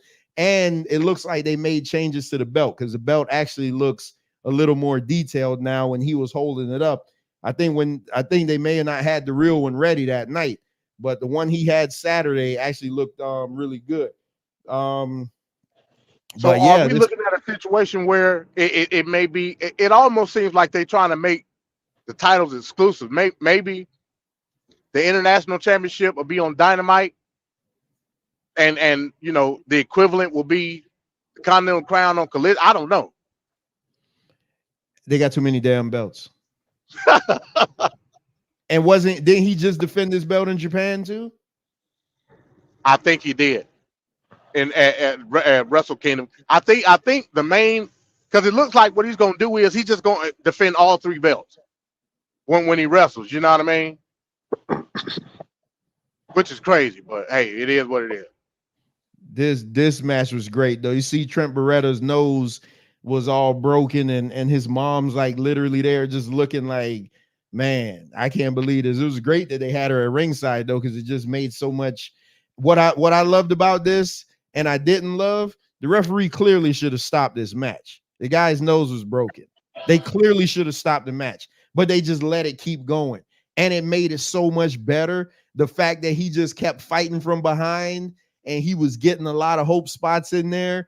But at the same time, I'm watching it like, man, this man's nose is broken. You guys got to stop this. And they ain't doing nothing. They just like, oh, well, nothing to see here. Whereas the WWE, who was that? Giovanni Vinci basically got a concussion in the ring, and they called off the match a couple of weeks ago. So I guess broken nose, no issue, nothing to see here. So they go the comment here with Ricardo about the belts. So what do we think? It's too many belts. So what belts are you going to get rid of? I mean, do we need a 6-man tag team champion? Well, they got a lot of trios though. That's the trios. Belt is good. Huh? That belt works. Yeah, I like the trios championship. That belt works. So then, what would you get rid of? You got a T. So why do you need a secondary women's title? Because that's what the TBS title is, correct? Right. Why do you need the TNT title? I would just honestly, I would give the international. Aren't those TV titles though? That's all that is. But that's what the international title is. The national title doesn't sound like it should be a TV title. That's how he defends it. Yeah, that's what we were talking about earlier before you came on. Orange Cassidy's belt, he literally defends it on TV every week. So that should be your TV title. But you got okay. So you got. They need to get rid of that international title. They don't treat the TNT title like that. Yeah, they have it twisted. The TNT title should be more coveted. I don't like the idea of the damn title. The TNT title is the best title on the roster because Christian has it, and he makes it must see. He elevates the title because God forbid you have your champion on TV versus Adam Cole, baby. Oh, wait a minute, hold on now. Samoa Joe. Samoa Joe is like, I think he's involved with a lot of like projects and stuff. Doesn't matter. So that might be why he didn't show up. Have you ever? We've been watching pay-per-views for a long time. You more than me. Have you ever tuned in the next night and the champion wasn't shown? A brand new champion wasn't there to be the first person the crowd sees. I know it would make sense. I understand that, but I just wonder if there's something that he's doing, like a project, a movie. Yeah, he's doing a lot. He's doing movies and shows and stuff now. So I don't know if that's what it is. Is called we don't have a plan, because when we get to the bootlicker of the week award coming up soon, we'll see who his next opponent is, and you tell me if this makes any sense. So one more thing it would have been nice if Samoa Joe would have had that moment, like with the pyro going off. You remember like Ultimate Warrior 1 and WrestleMania 6 and this big ass celebration and stuff like that should have been what we should have seen. What did they make Samoa Joe do when he won the belt? Roll out. He was like Ludacris. He would roll out and walk briskly up the ramp. Exactly. You're a brand new champion. You just beat the man. Okay, so when whoever beats Roman, you think he's going to leave that ring? Oh, that would be bad. He's going to stay there and take in. He'll probably still be there the next day, getting all the damn accolades. Like, they did Samoa Joe so dirty, man. Like, I don't know. And they did it at the expense. They did this devil thing at the expense of Samoa Joe, man. And like what MD was saying earlier, you got friggin' Adam Cole in a chair in a walking boot telling Wardlow when he wins the title, he's going to give it to him. So you're basically running the Christian gimmick all over again. Yeah. They seem like they're running out of ideas. They're just retreading whatever they're doing over and over. So Walrose is saying he's an afterthought. I'm not saying he should be. I'm saying he's presented as one. He's a champion. MJF never came secondary to anybody. When MJF defends his belt on pay-per-view, MJF is going to be there, whether they have him at the beginning or whether they have him at the end. But he's going to be there. He's not going to cut a promo in the parking lot that's clearly from the same night he won the belt and not show up on the big show. It's crazy. Yeah. So in continuing with just being the best tag team on the planet Earth, another fantastic match. See, AEW Collision always going to give you the best wrestling. FTR versus the House of Black. This one was great. This wasn't as good as FTR versus the Golden Bullet Club or whatever the hell they're called, but this was great. The stipulation to this was a dumbass stipulation. If FTR loses, they have to leave their family. I don't know how one would do that, but that was the stipulation. Oh boy, they're going wrestling being wrestling again. So, oh Lord, I don't know how one does that, but what we got was like 20-25 minutes of great territory tag team wrestling. And when FTR hits that power and glory spot where you go for the suplex and the splash, Malachi Black got his legs up, and they got me with that. I thought that they were going to beat FTR then, but Dax uses Black's momentum and kind of rolls him over for the 1-2-3. Then at the end of the match, Malachi Black and Buddy Murphy get the heat back on them. They beat them down with the chairs, and they're just laying there in front of their family. And we go off the air with this scene. So they got some heat back, but great match, man. Hey, FTR they're that dudes, man. They're great. Like, that's why they are my tag team of the year. Like, they're great, and it's not even close. It's not even close. Like, it's not close. This team was great, and this match was great. I don't know where they go from here, though. I guess they're gonna run this back. I guess that's what they're gonna have to do. But this was great. Did you guys watch this one? Did not see this one. I didn't see anything from Collision. I didn't see anything from Collision at all. Yeah, I if I go back and if I tell y'all to watch anything from Collision, I watched this and the Eddie Kingston match. Yeah, I just said that. So in one night, I told y'all to watch an Eddie Kingston match, and I told y'all that Darby Allin and Takeshita need to be on the ticker for TV match of the year. You need to stop hating on that Darby, man. He's good. Thank that Darby was by himself that night. Yeah. And he stood out more because you don't have this big glaring Hall of Famer standing there taking your spotlight. Maybe if I see him doing stuff more by himself, like remember when he had that match with Samoa Joe for the the Mid-Atlantic title or whatever it was. I thought that was great. I was like, damn, this kid could fall hard. He could take a lot of bumps, and that's what he did in this match. I thought it was great. Yeah. 3/4 miles. So what is Paul Rose saying? Ask yourselves why you're not watching them. There's no investment. That's not their fault. It's the booking, it's the storyline, and it's always has been. But see, with me, it's kind of different because I feel like I just feel like I just watch wrestling and that's just what I do. Because there's some stuff on WWE TV that I'm like, what the hell? We're gonna get to it next, I think.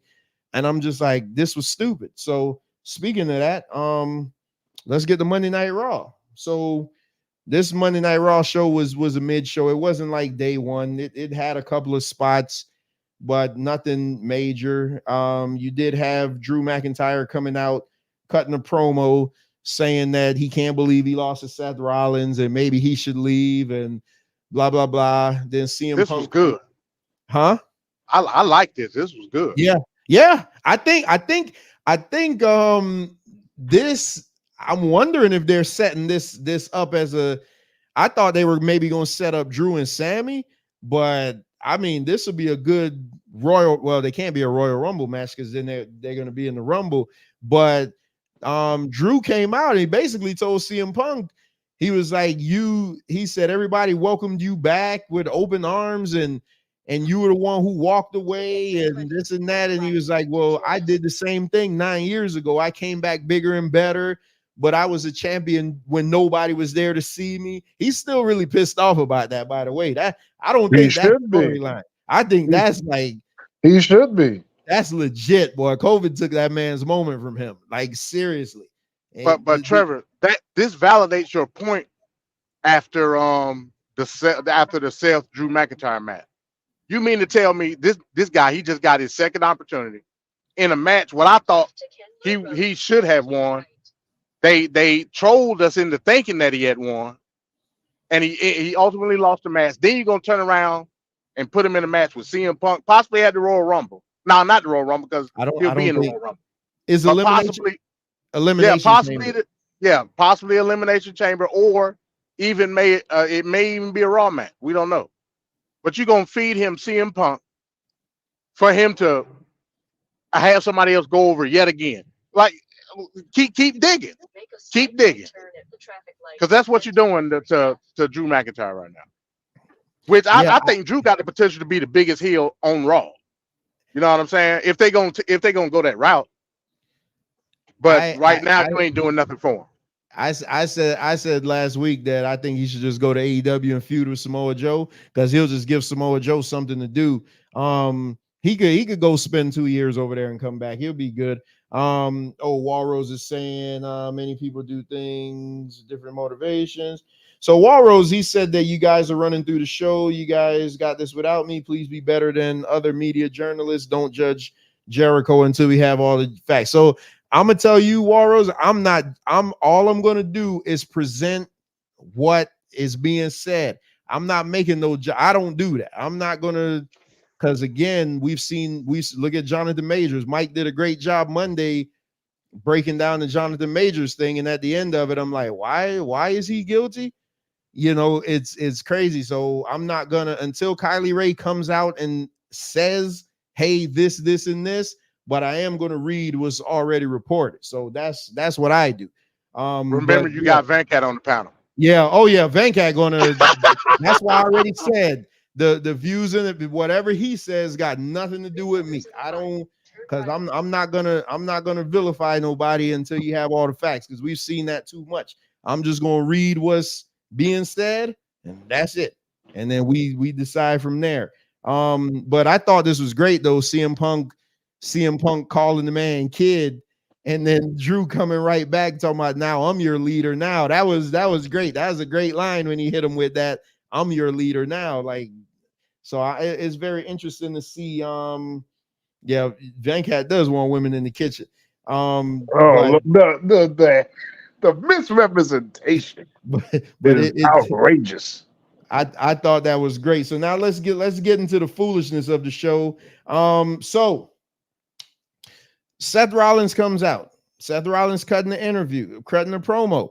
All of a sudden, Jinder Mahal comes out looking gigantic. I didn't remember him being this damn big, but Jinder Mahal comes out, and him and Seth go back and forth, and somehow Jinder Mahal, who we haven't seen on TV but maybe 10 times this year, and every time you saw him, he was managing Indus Sher, and maybe the 1 or 2 times that you actually saw him in a match, he lost. So after that great match with Seth Rollins and Drew, which was rematch worthy, you could have named any random wrestler X. Why is Jinder Mahal the one getting a title shot next week? You know what this does? This puts Seth's belt on the same level, because if I'm going to criticize, what's the guy with the book bag? Orange juice. Orange Cassidy. If I'm going to criticize Orange Cassidy's just giving title shots to anybody, then I got to criticize Seth giving title shots to anybody. This could have just been a random respect match.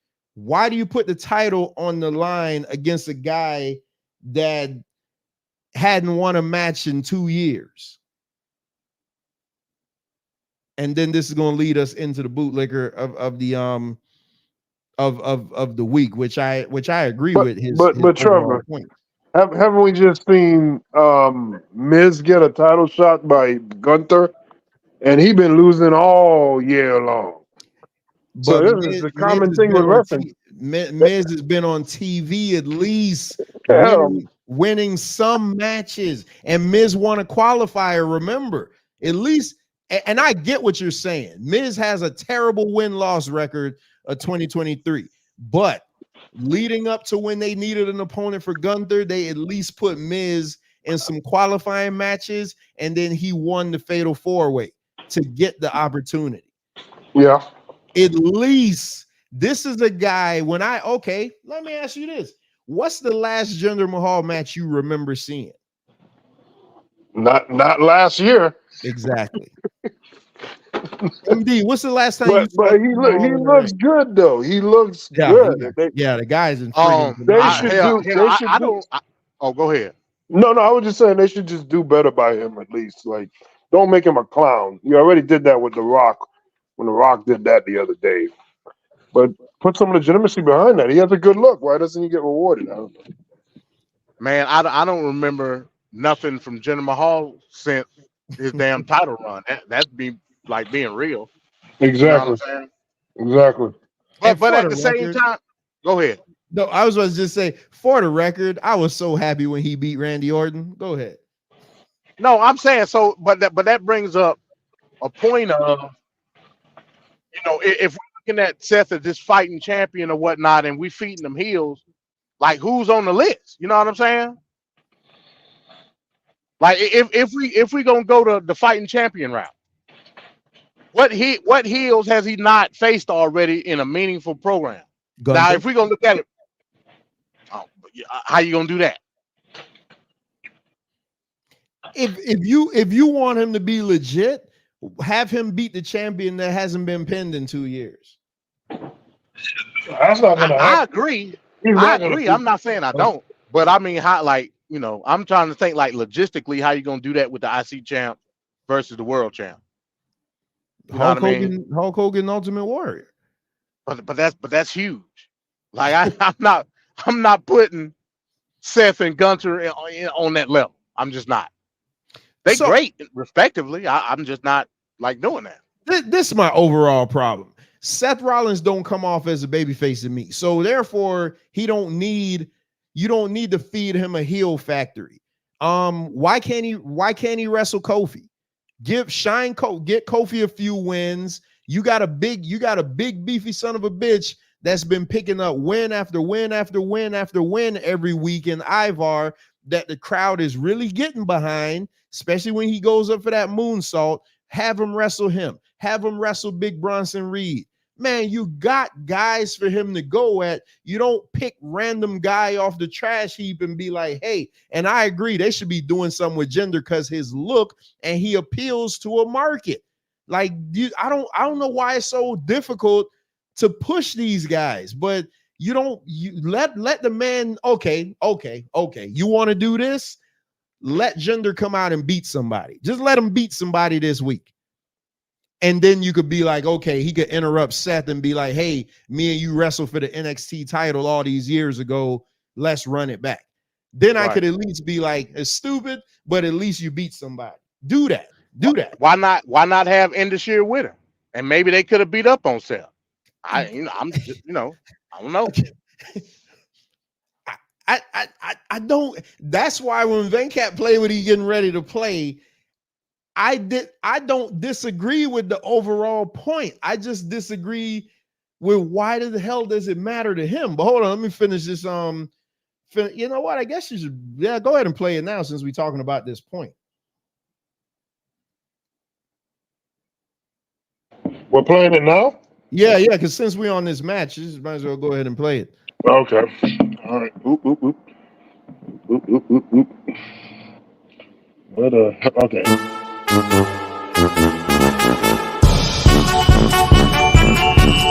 More than Vince McMahon, Bret Hart. I truly believe that Bret Hart screwed Bret Hart. And he can look in the mirror and know that.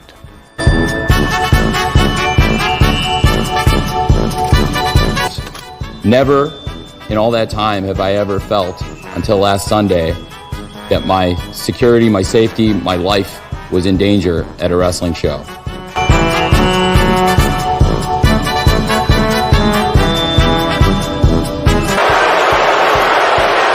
At WrestleMania,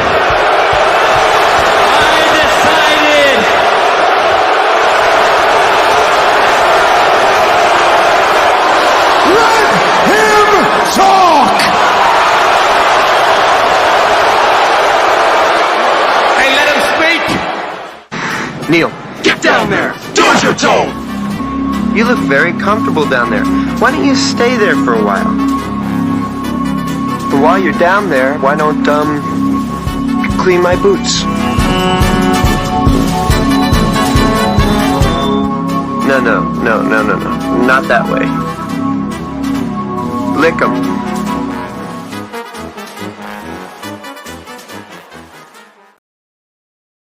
Tony Khan went on Twitter and embarrassed himself and AEW again. On last night's episode of Raw, Jinder Mahal was featured in a promo with Seth Rollins, and the WWE announced a title match next week between the two. And Tony Khan, for some reason, got upset with this because fans have been roasting the fact that Hook is challenging Samoa Joe for the world title because he doesn't seem like a threat or a real challenger for that belt, or that he doesn't deserve it. And this is what Khan said defending his products. A double standard. Hook has a 28-1 career record on a win streak, and he calls out the champ. A logical challenge sparks online outrage. Jinder has literally lost every single match he's been in for the past year. Immediately gets a title shot. Where is the rage? Tony Khan also responded to a tweet from the USA Network where they poked fun at the fact that he looks at cage match ratings to determine his booking, which is wild in itself. Anyways, he said this: a moral victory for USA is one win more than their world title challenger Jinder Mahal has in the past 364 days, because it's been literally a full year since he's won a match. You really put AEW in our place getting Jinder Mahal a big match on your TV show. Do it more often. I'm not gonna lie, this was extremely embarrassing. I don't know why this man tweets, and to make things worse, he got cooked by so many people online. This tweet, for example, reads: you worried about the rage revolving Jinder Mahal instead of the outrage about Chris Jericho. That is the real problem. We don't know much about that situation as there were only rumors, but that does seem like a more important problem to tackle on and investigate than worried about WWE and Jinder Mahal, or what your own fans have to say about Hook challenging Samoa Joe.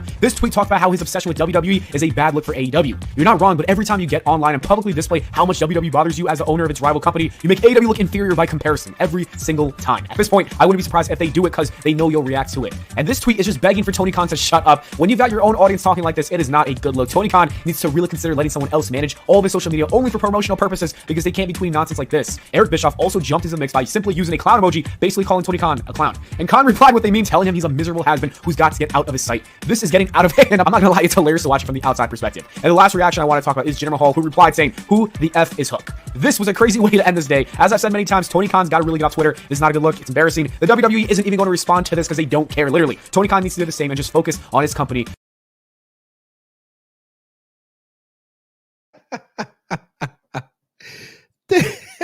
So, like I explained to Venkat earlier, Tony Khan is right.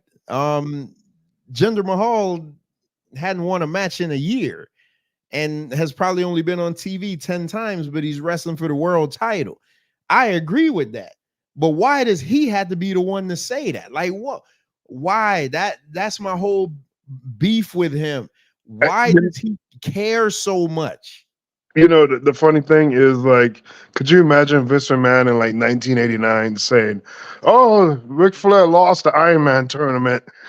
Sting won. I don't think that was right." And he wouldn't comment on like storylines or things going on within another rival company. It just looks weak. It looks weak. This guy, like, okay, Hook. What he said, 28-1 record. Okay, whatever. Big deal. Hook, Taz's son. He's going to wrestle Samoa Joe, bounce off of him. Samoa Joe's going to choke him out. Big deal. Nothing to see here. Again, I agree with what he's saying. Jinder Mahal has no business wrestling Seth for the title. Zero. But Mercedes-Benz is not going to be spending time doing commercials about Nissans. Like, what if you think you're so much better than the next guy, why do you spend so much time talking about it? It's like the guys that harass me. They spend all the time telling me my channel ain't nothing, this and that, but they could tell me everything that I do on the channel. Like, why do you care if it doesn't like, worry about your own business? Like, you got to worry about getting more than 3,800 people in an arena that can hold 10,000. You got to worry about that. Like, I don't get it, man. Y'all, what you got, MD? I mean, you know, to me, it's a classic case of whataboutism in the sense that he's so like focused on the impression of him, not necessarily from WWE, but just from the general wrestling fan, that when the backlash came with his title match, he had to display whataboutism to get the focus off of him in terms of the perception, if that makes sense. It's not necessarily, to me, it's not really about WWE. That's how I look at it. It's about how the average wrestling fan looks at him. You know what I mean? And so when you have situations like this, the whataboutism takes focus off of AEW. But it's all wrestling at the end of the day. So it's like you're trying to isolate your product from the totality of wrestling in itself, and that ain't a good look to me. You know, just push your product if that's the case. You know what I mean? But because and like I said, I think the quirkiness of Tony Khan is more of a mental thing than anything, and it's showing. I'm being serious. I think it's something mentally wrong with him. I ain't lying when I say that. I think he grew up very antisocial, and people may have looked at him growing up as being this quirky person. Nobody likes me, so let me show you through whatever action it may be, whether it be hobby or career or education, that I am better than you in some type of way. And when you challenge it, I can always go to whataboutism to show the same dysfunction within the same category of the product. I think it's a mental thing. I'm just being real. About 20 plus years ago, because this is my 21st year at where I work now, but over 25 years ago, I worked in retail before I got to the company that I'm at now. So that girl from Man Talk Monday would have hated me. But anyway, I worked in retail, and we had the store manager, and I would always say with him, he manages like a coach that's down by 4 touchdowns with 5 minutes left in the game. Like now he want to just start throwing the ball all over the field. Yeah, Tony Khan comes off to me like somebody that's grossly overwhelmed. He took on this project that he thought everybody was going to love him because he had all the guys. Oh, AEW is so much better than WWE. AEW is an alternative to WWE, and he had that honeymoon period. And now when things, and they're doing good because obviously they could offer people these big contracts. Well, his dad is rich, so I mean that kind of offset that. But they got to be doing something. But he just seems like a guy that's just overwhelmed. He's way in over his head. He just like he needs a Pat Patterson. Vince McMahon had Pat Patterson. So when Vince would go over the top and do all his stupidity, Pat would still be there to be like, hey, this doesn't make any sense, or kind of rein him in. He may not listen all the while, but at least, he needs somebody to bounce ideas off. He don't have anybody. Like, it's ridiculous. Again, I mentioned being antisocial. When you're antisocial, you don't think anybody can do the job better than you. So, I seriously think that's just his persona. Like it ain't. I don't think it's in effect of the job. I think he was always like that. I'm just keeping it real. You know what I'm saying? Yeah, I think it's crazy. Venkat, what you got on this before we move on?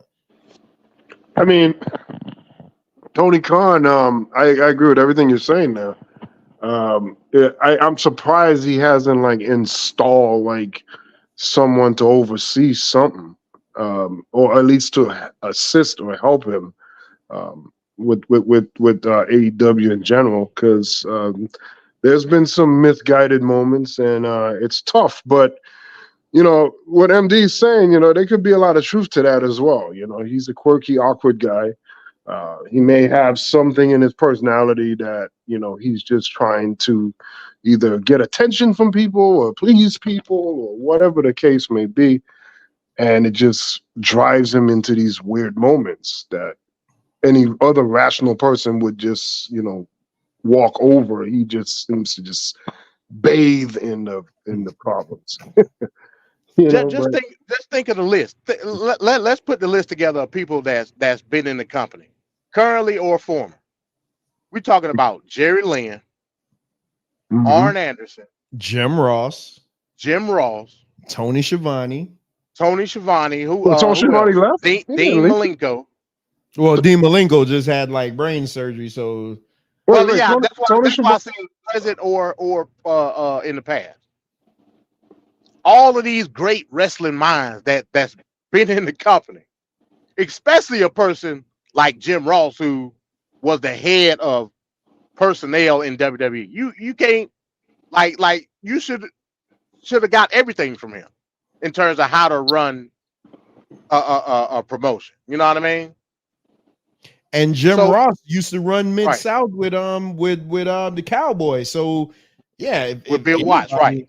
Yeah, if anybody, Jim Ross is the one that that's the guy that I'm keeping next to in my pocket. Like, hey, what do you think about this? And what do we do this? And because Jim Ross always says you book 6 months and then work your way backwards so you can fill in all the gaps. They're not doing that. But I think that's in the problem with the fans that we have now. Because like us, we could sit and let a storyline brew for 6 months or a year. These fans, they can't do it. They'll turn on your product like crazy. They have no patience when it comes to building stories in wrestling. So Bone says, as the resident AEW guy, this was an embarrassing look for my guy Tony. And Kervin says Tony Khan needs to worry about AEW because AEW's product is cold. It is. I mean, it is. And again, they were able to turn me, like to get me to watch them consistently throughout the week because it's a good product. But being a good product is not always good enough. He just needs somebody. Right. He has Jeff Jarrett over there. Come on, man. Jeff Jarrett. Yeah, that's another guy, Jeff Jarrett. like it's crazy, man. I don't know. And then the main event from Raw was Cody versus Nakamura. I love this comic book thing that they have and all the subtitles and things like that. They had a street fight. I mean, it's regular run-of-the-mill street fight. Cody won. Hey, it is what it is. Cody's just keeping busy till the Royal Rumble. Gonna be very interesting who wins that Royal Rumble. We got to start thinking about that because that show is in 2 weeks. So Nakamura, what's up with this guy, man? Like, he's presented or looked at as like a top guy or a guy that should be a threat. But every time he comes out, especially with this damn manga comic book thing, every time he comes out to a match with that stuff, he always loses. You don't like the comic book thing? It's not about the comic book thing. I'm just saying you're pushing him like he's like something special. Boss. Yeah, like he's a final boss. Right. And then he just gets his ass beat every time. Yeah. That's I like the character, but he has no wins under the character. Yeah, not meaningful. I can't tell you when the last time he won a meaningful match. No, God. Yeah, it's disappointing. His last win was Ricochet. That was meaningful, and then they had that nice street fight. But I haven't seen Ricochet in forever. Yeah, that's another one that's wasted. Oh Lord, disappointing. So McMahon should just go to AEW. Try your fortunes over there. But he loves WWE, man. He re-signed with him because he loves to be able to just surf, and like, hey. Yeah.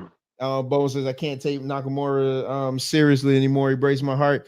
Like, when he came over and wrestled Sami Zayn in that match at NXT, I thought that was some of the best poetry in the ring that I've ever seen. So that's who I was expecting.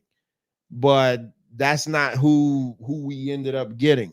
So an NXT guy versus a main roster guy, they always tone you down. I don't know why, but to me, I would say Nakamura has been the guy's making money hand over fist, but just from what I heard about him and what I saw in NXT, because he was the man in NXT, I think his run should have been much better than what it was. I don't expect him to be going over Cody Rhodes because you guys still got to keep that lure. Cody may not win the Royal Rumble, but you can't be beating him before the Rumble because then we're going to be like, well, hell, he really ain't winning the Rumble because right now I got no idea who my pick to win the Rumble is. I just don't know.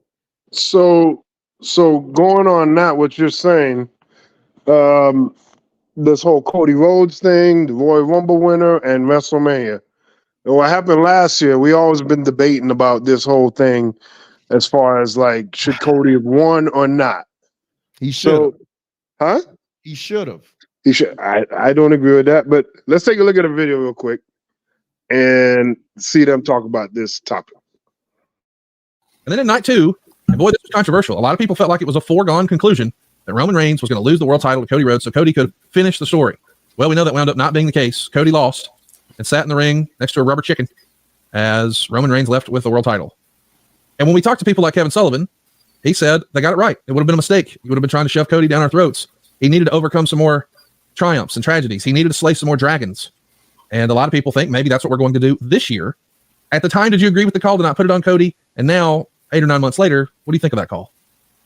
To be really honest, I wasn't happy with the call, but that has a lot more to do with my relationship with the Rhodes family, Cody included, but because of my feelings about Dusty and my feelings about, Dusty and I worked with Dustin, Dustin and Dusty and I went deer hunting in the mountains of Wyoming together. I mean, my relationship, not so much with Cody because he was so much younger, but still I have a relationship with Cody. It's distant, right? It's not close, but because I wanted it for him so badly, perhaps my judgment when it comes to the business side of it, the creative side of business, was a little tainted. I don't know. I may not agree with Kevin Sullivan, the wrestler booker, not the production guy, that it was the right decision. I think we'll know in the next 3 or 4 weeks if they start steaming up the Cody Roman story relatively soon. Then I think Kevin Sullivan was right. If not, then I think it was a mistake. Meaning, I gave him a pass. I gave WWE a pass after my initial emotional letdown because of my perceived relationship with the Rhodes family. Okay, it's the way I felt. I felt let down. Now, if they reheat it again and it starts meaning even more than it did last year, and there's sufficient drama and story and emotion leading up to WrestleMania with Cody and Roman, that was absolutely the best decision. But if they don't heat it up soon, if they don't make me care to the level that I cared last year, they screwed up, and it was a missed opportunity. But only time will tell. Roman Reigns apparently is never going to lose. That's about almost 1,200 days of him being the champion. Acknowledge me. Who's going to beat him? And that's what I want to find out from you. Like, I mean, what does the storyline there, where does it go? I mean, who's that person? I mean, is there anybody there right now that you feel like, yeah, I do? Acknowledge me. Because I don't see anybody on the outside coming in. Unless, I mean, there's somebody, yeah. So it's already got to be in-house. Acknowledge me. And there was talk. There was talk at one time about Rock coming in, and Roman Reigns and The Rock. It's all about WrestleMania. I mean, that would be huge box office. Yeah. But what do you do there, right? Because you can't make Rock the champ. No, he's not going to run he's not going to run a full-time schedule. He's not going to. That's not going to be so. That's a short-term deal. So acknowledge me. I like. Acknowledge me. Cody's still floating around. I know they had a run. They've already had one run. I think it would have been a mistake to put it on him when at Mania. Yeah. I think that was played right. Acknowledge me. Gunther is out there. I'm really high on him, man. I like the way he works. He's believable. Yeah. But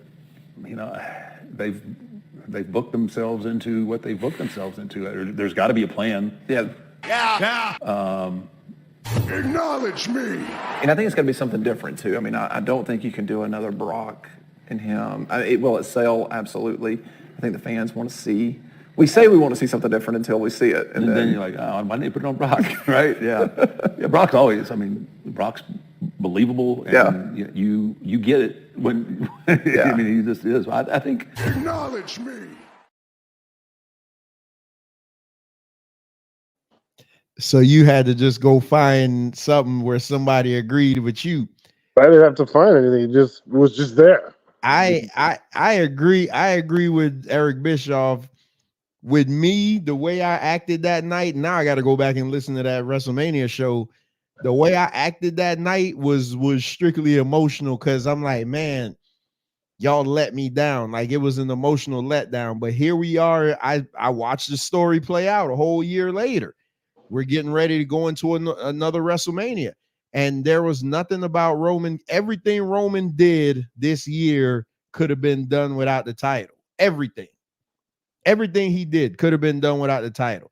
And now you're going to bring in a mega star that everybody in the world knows. Of course, they're going to want to see Rock over Cody. That's not that. But then where do you go after that? Like, that's where the hell do you go after that?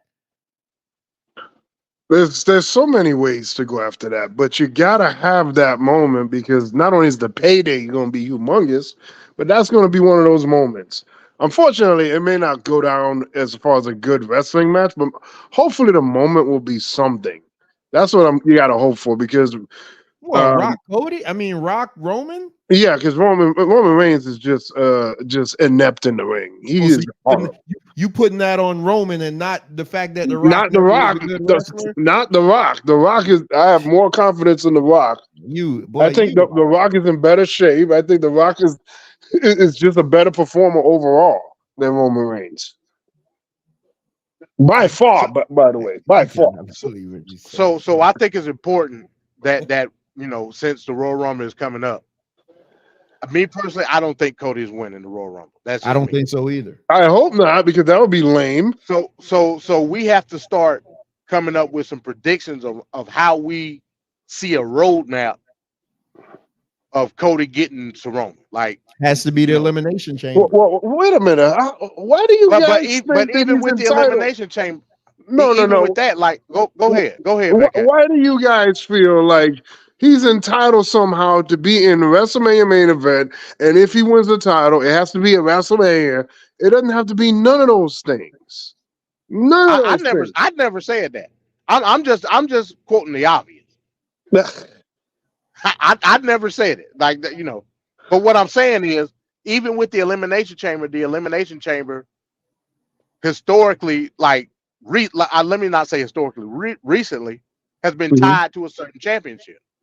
So even then, you still gonna have to come up with a scenario where Cody is gonna be involved, whether it be it's gonna have to be a SmackDown Elimination Chamber match. How is that possible? What do the scenarios look like? You know what I mean? Mm-hmm. Oh, that's a good thing. Curvin saying, "Hey, real quick, I will tell you this though, MD. This is one Royal Rumble year that is not a clear cut. Like, if you ask me right now who I think is going to win the Rumble, I couldn't tell you, because CM Punk doesn't need to win it because him and Seth are already that. I mean, you already got your path right there. Like, why would he need the Royal Rumble win just to tell you that he wants to wrestle Seth? He don't need that. Right. Yeah. I think CM Punk and Seth is going to be just a grudge match at WrestleMania. That's me. That's why. So you think he made me lose that Royal Rumble off of him last week? So you think that Seth Rollins is going to lose the title between now and Elimination Chamber? He should have lost it last week. Yeah, I do. Well, I mean, the Elimination Chamber might be the match where he loses it. Yeah. Hey, I got an idea. Why not have him lose it last week? Hey, to who? I agree. To Drew. To Drew. But they probably don't have any plans for Drew to get it right now. Man, that match was too good for them to screw us over with that finish like that. So let's say Drew won that match last week. So now who's Drew gonna fight in Royal Rumble? It's gonna be a return match, and then after Royal Rumble, if he survives, what match in WrestleMania is he gonna have? That's gonna be a big draw. You got the obvious match with him and Sami Zayn. Right. That's the obvious match. And I'm gonna or you could have just put him in there with Gunther. That's my pick. You should put him in. You should put him there with Gunther. Gonna win the Rumble? That's my pick. Sami Zayn ain't winning nothing. That guy career over. You talk about Lex Luger. Lex Luger is an upgrade. I would have had. I would. That's not a bad idea though. Drew win the title and he feuded with Sam. Gunther. It would be more sense with Gunther. Gunther eventually had because Drew and Gunther already has that past history. Drew came after his Intercontinental title. He turned away the challenge. Now, if Drew wins a world title and now Gunther goes after him, that would be more interesting than Sami. What's Sami Zayn? Hey, guess what, Venkat? I agree with you. Okay. I would much rather. I listen. I want Gunther to be the champion. I wanted WrestleMania 40 to be headlined with Gunther versus Cody for the title. Like that was my dream scenario. And then the other thing too is like you just have Seth as the first champion of that title. Now you go into Gunther getting that title. How legitimized now would the title be? Would it go into second champion being a person like Gunther holding that belt? They should be doing that. It should be all over that. But whatever. Gunther will be back next week, but I think this is a setup him and Brock, because that's a rumor I saw. WrestleMania? Yeah, WrestleMania. Brock versus Gunther. That's box office. Now people want to see that. Now imagine a card with Roman. Rock, I don't want to see Gunther lose that. Gunther can't lose that. Oh, he needs to lose that. At some point in time, you got to start grooming him for the title. At some point in time, he needs to lose against. That's a legitimate person to lose against, Brock Lesnar. But you lose to Brock, and then you come out the next day and challenge the champion. Come on, man. No. You have to start grooming him to create that character to become champion. Remember, Trevor, we got Bash in Berlin coming up in August. Oh, right. Damn, you think they're gonna hold it all the way till then? Why not? No, him with the IC title. No. I'm talking about him without the IC title. Oh, okay. Over him just challenging Seth or CM Punk or whoever's gonna be the champion. Who's ever the champion at the time. That would be good. Yeah, that would be really, really good. Curvin saying, can you imagine that crowd in Berlin when Gunther win the championship? Well, they'll be. Well, we know the WWE though. Remember they could have put the belt on Drew in front of his home crowd. Exactly, they're not doing that at all. It reminds me of that event they had. It was like Battle Royal at the in UK something, and like the whole night, all the bad guys was winning all the matches until the Warriors got there, and then they actually won their match. They were the first good guys to win, but it was just crazy. The whole night, everybody that was a bad guy was winning, and people were getting so mad and pissed. That's Vince McMahon booking all day. Book the heels. Book the heels to go over. Drew McIntyre versus Bobby Lashley, running it back one more time. That's a good match at WrestleMania. I was shocked that Bobby kept that title. I was happy that he did, but I was shocked they didn't put it on Drew just because Drew missed his to win the title in front of fans the year before. So I got a real quick note from NXT, and I didn't even notice till today, but they've been doing the NXT breakout tournament, and they another tournament. So they're doing the Dusty Classic, but then they did an NXT breakout tournament. A couple of months ago, they did the female one. Now they're doing the male. Oba Femi won, but then last night, after Dragon Lee defeated Lexis King, Oba Femi came out and cashed in the breakout tournament contract. I didn't know that you could cash it in on whoever you wanted. They're just making it up as they go. That's what it is. I thought you could only. I thought it was for. I guess because Lola Vice won and she's cashing it in on the main champion. This guy cashed it in on Dragon Lee. So now Oba Femi is the new NXT North American champion. I don't know anything about him. I saw one promo from him and I was like, it's not for me because it's just random. It's just a random African guy. Like it's literally big Negro A won the North American Championship. He's just running the African gimmick. So Swerve, there's hope for you because now that Tony Khan saw this, Tony Khan's gonna be like, hey, I gotta one up you. I'm calling it. Willie Mack is taking the Mid-Atlantic title. Willie Mack is taking the Mid-Atlantic title off of Orange Cassidy this Saturday. Oh, that would be awesome if that happens, man. That would be awesome. Oh, man. It would be like Ron Simmons winning all over again. People crying. Oh, man. So there you go with that. So let's we got two more things to go to. So let's get into this day in wrestling history. This day in wrestling history was very, very light.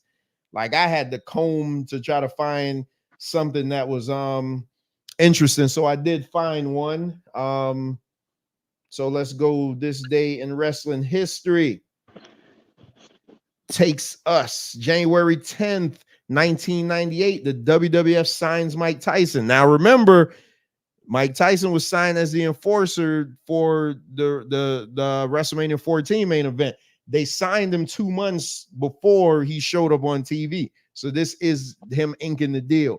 The WWF and Mike Tyson agreed on a deal that would bring the former world heavyweight boxing champion to appear on WrestleMania 14. It was a considerable gamble for the WWF, considering he was persona non grata in the wake of Tyson biting Holyfield's ear during a heavyweight title match in 97. He was fined $3 million and his license was revoked by the Nevada Athletic Commission. So but isn't that right up the alley though? A guy bit a guy in the air, man. Come on. That's like right up WWF's alley. How's that a bad thing? So Dennis Rodman to WCW wasn't good. The guy wearing the dress. Well, we don't want to disclose that information. I mean, I guess they love guys wearing dresses. Oh, wow. So God. This is shocking. They paid him $3 million for that. I bet nobody on that card got any made $3 million in 2 years. They probably didn't make $3 million. Ironically, Tyson got paid $3 million by WWF for his role in WrestleMania 14. In the end, the gamble worked out. About 730,000 homes bought WrestleMania 14, which was a terrible WrestleMania, by the way. Yeah. More than triple the number of homes that bought WrestleMania 13 at 230. Said, wow, yikes. 237,000 bought WrestleMania 30. That was another terror. Listen, I've always said WrestleManias aren't good. WrestleManias are spectacles. They aren't. And the article goes on to say it sparked a resurgence for WWF. So, but I've always said WrestleManias aren't good. They're spectacles. Like when I think about what WrestleMania was good, and I try to think about like card for card, like match for match, you got WrestleMania 17, which is just everybody's darling. I say WrestleMania 19 was better, but you got WrestleMania 17, WrestleMania 19, WrestleMania 30. Wait, hold on now. 21, 22, and 23 were good. 21 was great. 21 was fantastic. Yeah. That's the one with Triple H. That's when Batista beat Triple H. That was fantastic. But when I'm talking, man, 19, you can't find a bad match on 19. No, 19 is really good. I don't like the arena too much because it's like kind of dark in certain areas, but it was good. Man, 19 was great. And then you get the spot of the night with Hulk Hogan coming. I mean, Vince McMahon coming from up under the thing with the bloody face, looking at Hulk Hogan. That was freaking great. WrestleMania 30, where Bryan won the title in the triple threat. WrestleMania 31 or 32, whichever one was in 2015, always 32. Holds. So that was 32. So that will always be my favorite WrestleMania of all time, and not that's when they screwed Sting over. Not because of the card per se, even though I thought the card was great. But that was the same weekend my daughter was born. My daughter was born 3 months early. And I literally was running back and forth to the hospital that whole weekend, like just running back and forth to the hospital. My daughter was in one hospital. My wife was in the other hospital. So I had to leave one hospital, go see one, leave the other hospital, go see the other one. And my wife looked at me and she was like, please just go home and go to sleep. And I'm like, I'm not going home. I can't leave y'all. And she was like, please, just for me, because there's nothing you could do for me. I totally forgot WrestleMania was on that weekend. I watched it, and for like 4 hours, it completely took my mind off of things, and I thought it was great, especially the way it ended with Seth Rollins cashing in on them. That's why that WrestleMania will always have a special place in my heart. It wasn't my favorite. WrestleMania 4 was probably my favorite just because I love tournaments, and to see Macho Man win the belt, that always got a special place in my heart. But that's how that goes. So I I guess we're gonna have to do a top WrestleMania list. So now let's get into this. Let's get into this final story. Oh man. WrestleMania 19, bad match and bad fuse, Triple H versus Booker T. What? You mean you people? Go ahead and dance and do what you people do, you nappy head. You, Oh Lord. You didn't like that, Curvin? You didn't like that one? With your spinneroonies and your suckers. Oh Lord. You didn't like that one? I forgot about that. Hey, what pissed me off about that is that he hit Booker T with the pedigree, left, went and got a hot dog, got a soda, came back, changed his boots, and Booker T still was laying down in the middle of the ring for the 3 count. When now I watch a guy get hit with 3 pedigrees, a curb stomp, like Yep. Brock Lesnar hit Roman Reigns with 7 spears in one match. Like that's crazy, man. Like I'm like, what the hell going on here? But whatever. All right, so last story tonight, and again, the views and opinions of Straight Talk Society does not necessarily reflect that of Mr. Venkat. Oh Lord. All right, so I'm just gonna say this off the bat. This what I'm about to read comes from SE Scoops, from Aaron Vrabel. And his thing is titled Allegations Surface Regarding Chris Jericho and Kylie Ray. So AEW started like in 2019 and they made a big deal about signing Kylie Ray because I remember that. I didn't know who Kylie Ray was. MD, you probably know because I'm assuming she was from Impact, right? At that time, I believe she was coming from she was with Impact, but I believe she was coming from was she coming from Impact? I guess she was. I'm assuming she was coming from Impact. I knew of her, but they pushed her like a big thing. Exactly. That's what I wanted to get to. They made this signing such a big deal when they were announcing they had the. So this how it went. It was like Jericho, Bucks, Cody, Kylie Ray. That's literally how it was. Then you had Kenny Omega and Hangman. This was such a big deal. And then all of a sudden, she just completely disappeared. And everybody was like, well, dang, wait a minute. Why would she just leave like that? You working for the new promotion that's supposed to be the hottest thing on the block.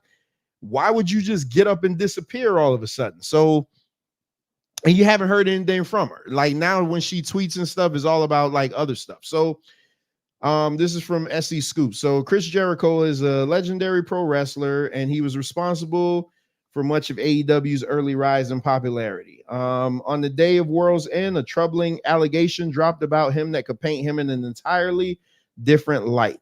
So House of Wrestling's Nick Hausman later called Jericho out for having people sign NDA himself. So this came off of when Jericho said that he didn't read the company handbook and he never signed no NDAs. Yeah. So he was in an argument with Cornette at the time.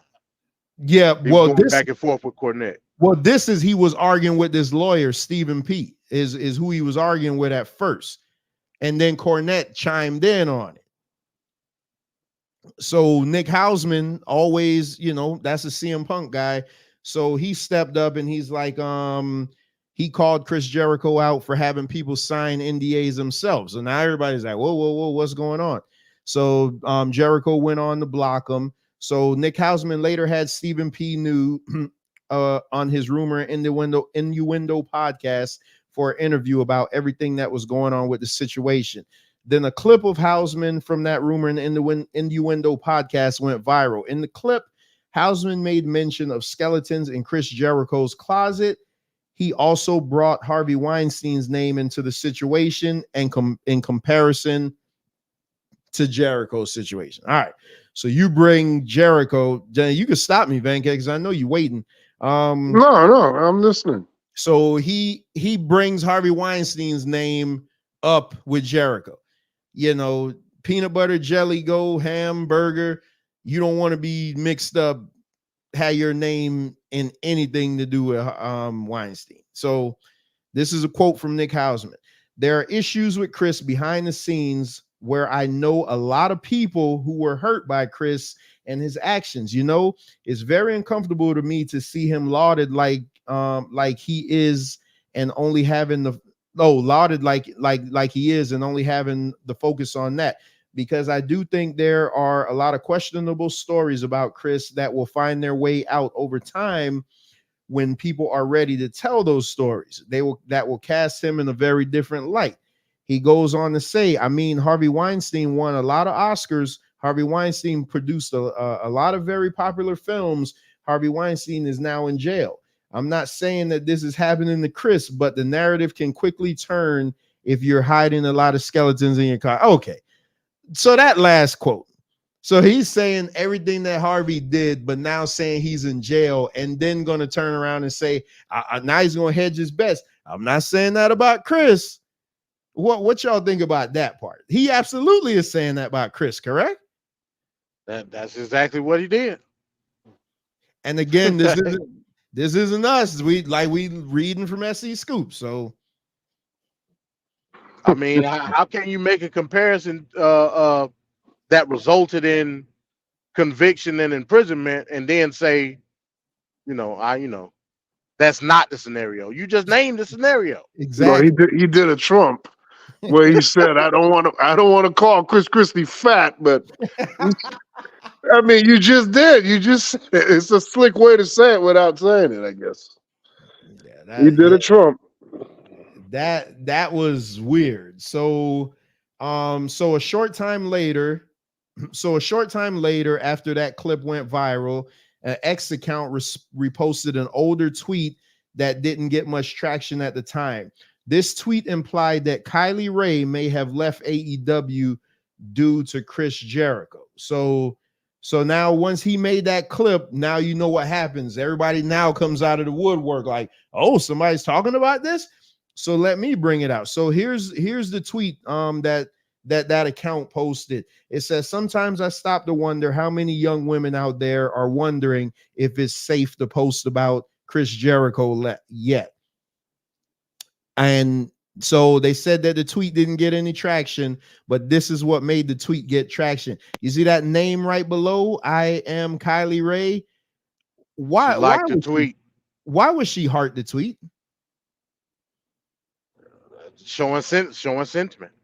If there's nothing to see here, and Nick Hausman brings up, hey, he may have had something to do with Kylie Ray. Now random person X is coming out of the closet, and you just now make an appearance to like that tweet. Why wouldn't you, if there's nothing to see here, why wouldn't you just be like, hey, I don't know what you're talking about, or I got nothing? Boy. That oh my God. I'm waiting for Becky to blow his load.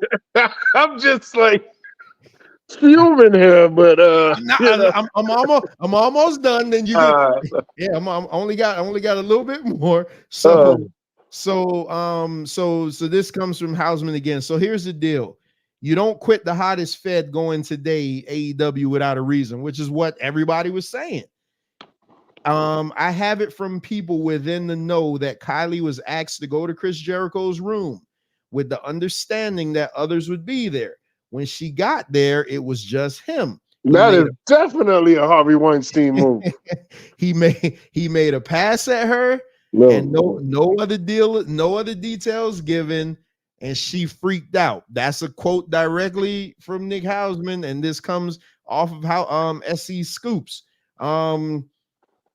So, okay, and then that goes on to say about Kylie Ray reacting to the post. So on that quote, again, this is what somebody's saying, but he's saying that she was asked to go to Jericho's room, and somebody had told him this.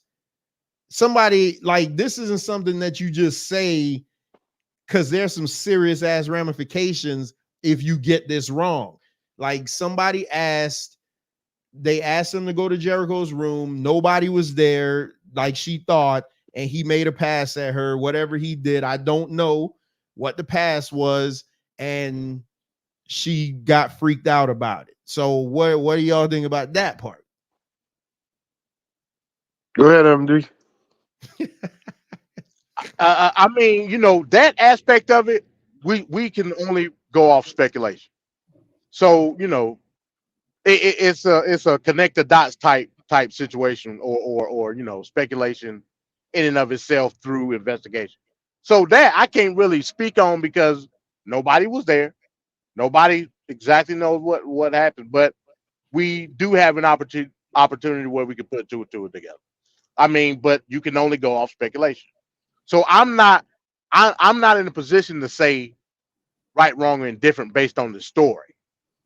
It's the factors after the fact that get it for me. And But I mean, we talking about Jericho. He may have learned from the school of McMahon. I don't know. You know what I'm saying? Hey, thank God, boy. I could feel him coming through the phone, through the computer. So so everybody's, well, I won't say everybody's, people's been in this situation. I tell the story when I worked, at a place I used to work a long time ago, that we had an employee. I called her in my office to reprimand her for something she did.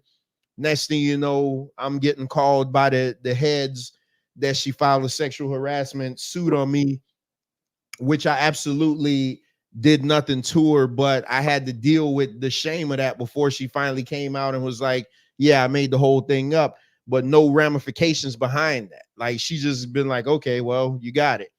Whereas with me, I got to have female employees that I have looking at me like, oh man, am I next or whatever? So that was just a whole ridiculous thing. And the clear up never comes the way that the initial issue comes in.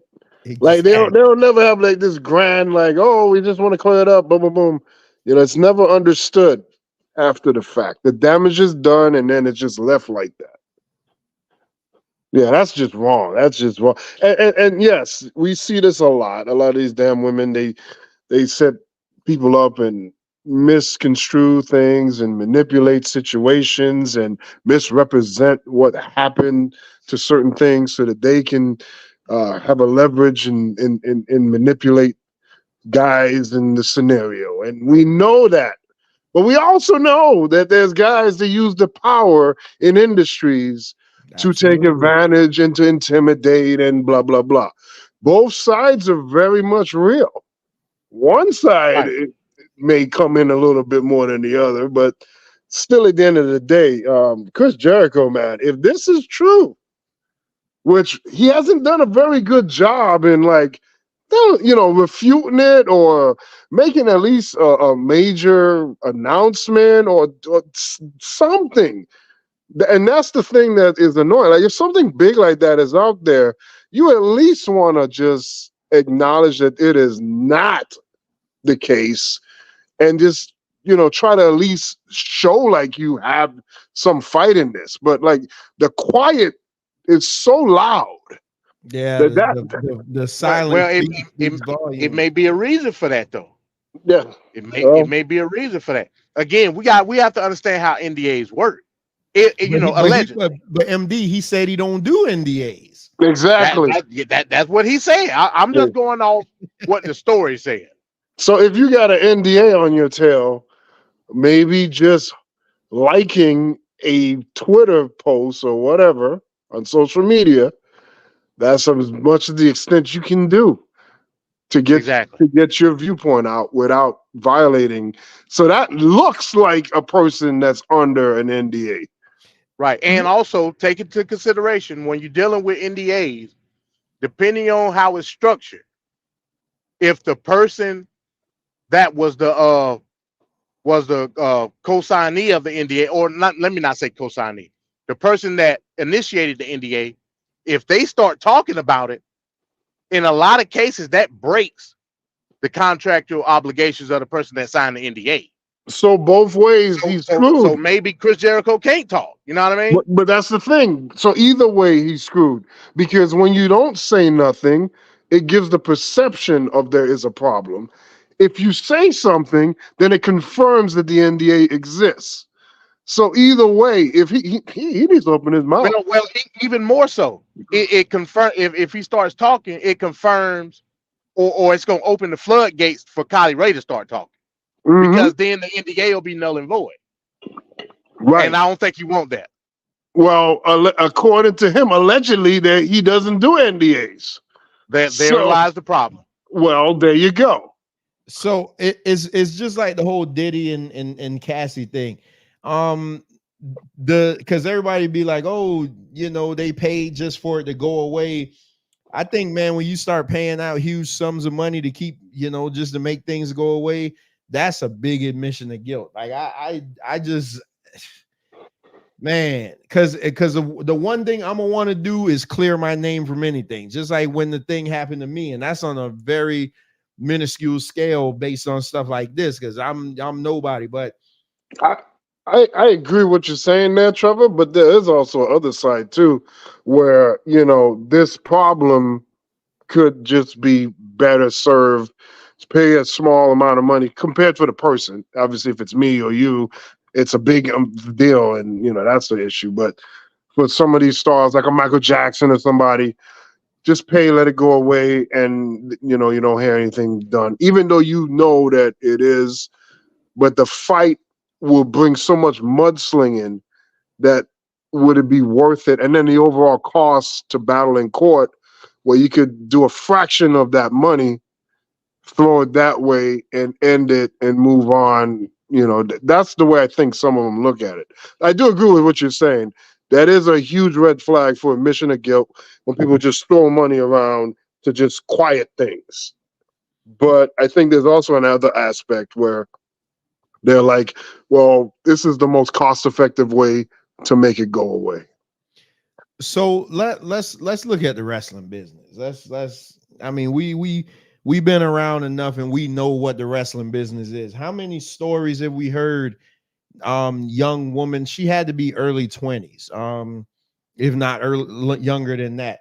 Young woman comes in and she's trying to find her way around, and an old guy, kind of schemes on her and may take advantage of her. I'm not saying that happened, but you're in the industry there's documented proof that this has happened. Like this has happened all the time. Mac. You got. The industry as a whole. Hell, Fabulous Moon was running the whole house. Yeah, exactly. Exactly. This industry is a dirty industry, man. You got the Ring Boy scandals. You got, you got all the crap. What's the guy, Barry O, talking about how one of Vince McMahon guys, tried to take advantage of. Like, there's history of this happening. So for people to be like, that's just because who it is not true. It's not true just because it is. No, you're in an industry that there's a pattern of this behavior, like exploitation. You remember a couple years ago, the whole damn near British wrestling scene got shut down because of this. Yeah, killed a lot of like popular guys' career. Exactly. You had what the villain, Marty Squirrel. Like he was one of the biggest. He was one of the biggest. Yeah, he gone. It's over with. What's the other guy's name? David Starr. Everybody was talking about, oh man, when is Marty Scurll coming to the AEW? When is Marty Scurll coming to AEW? Where is he now?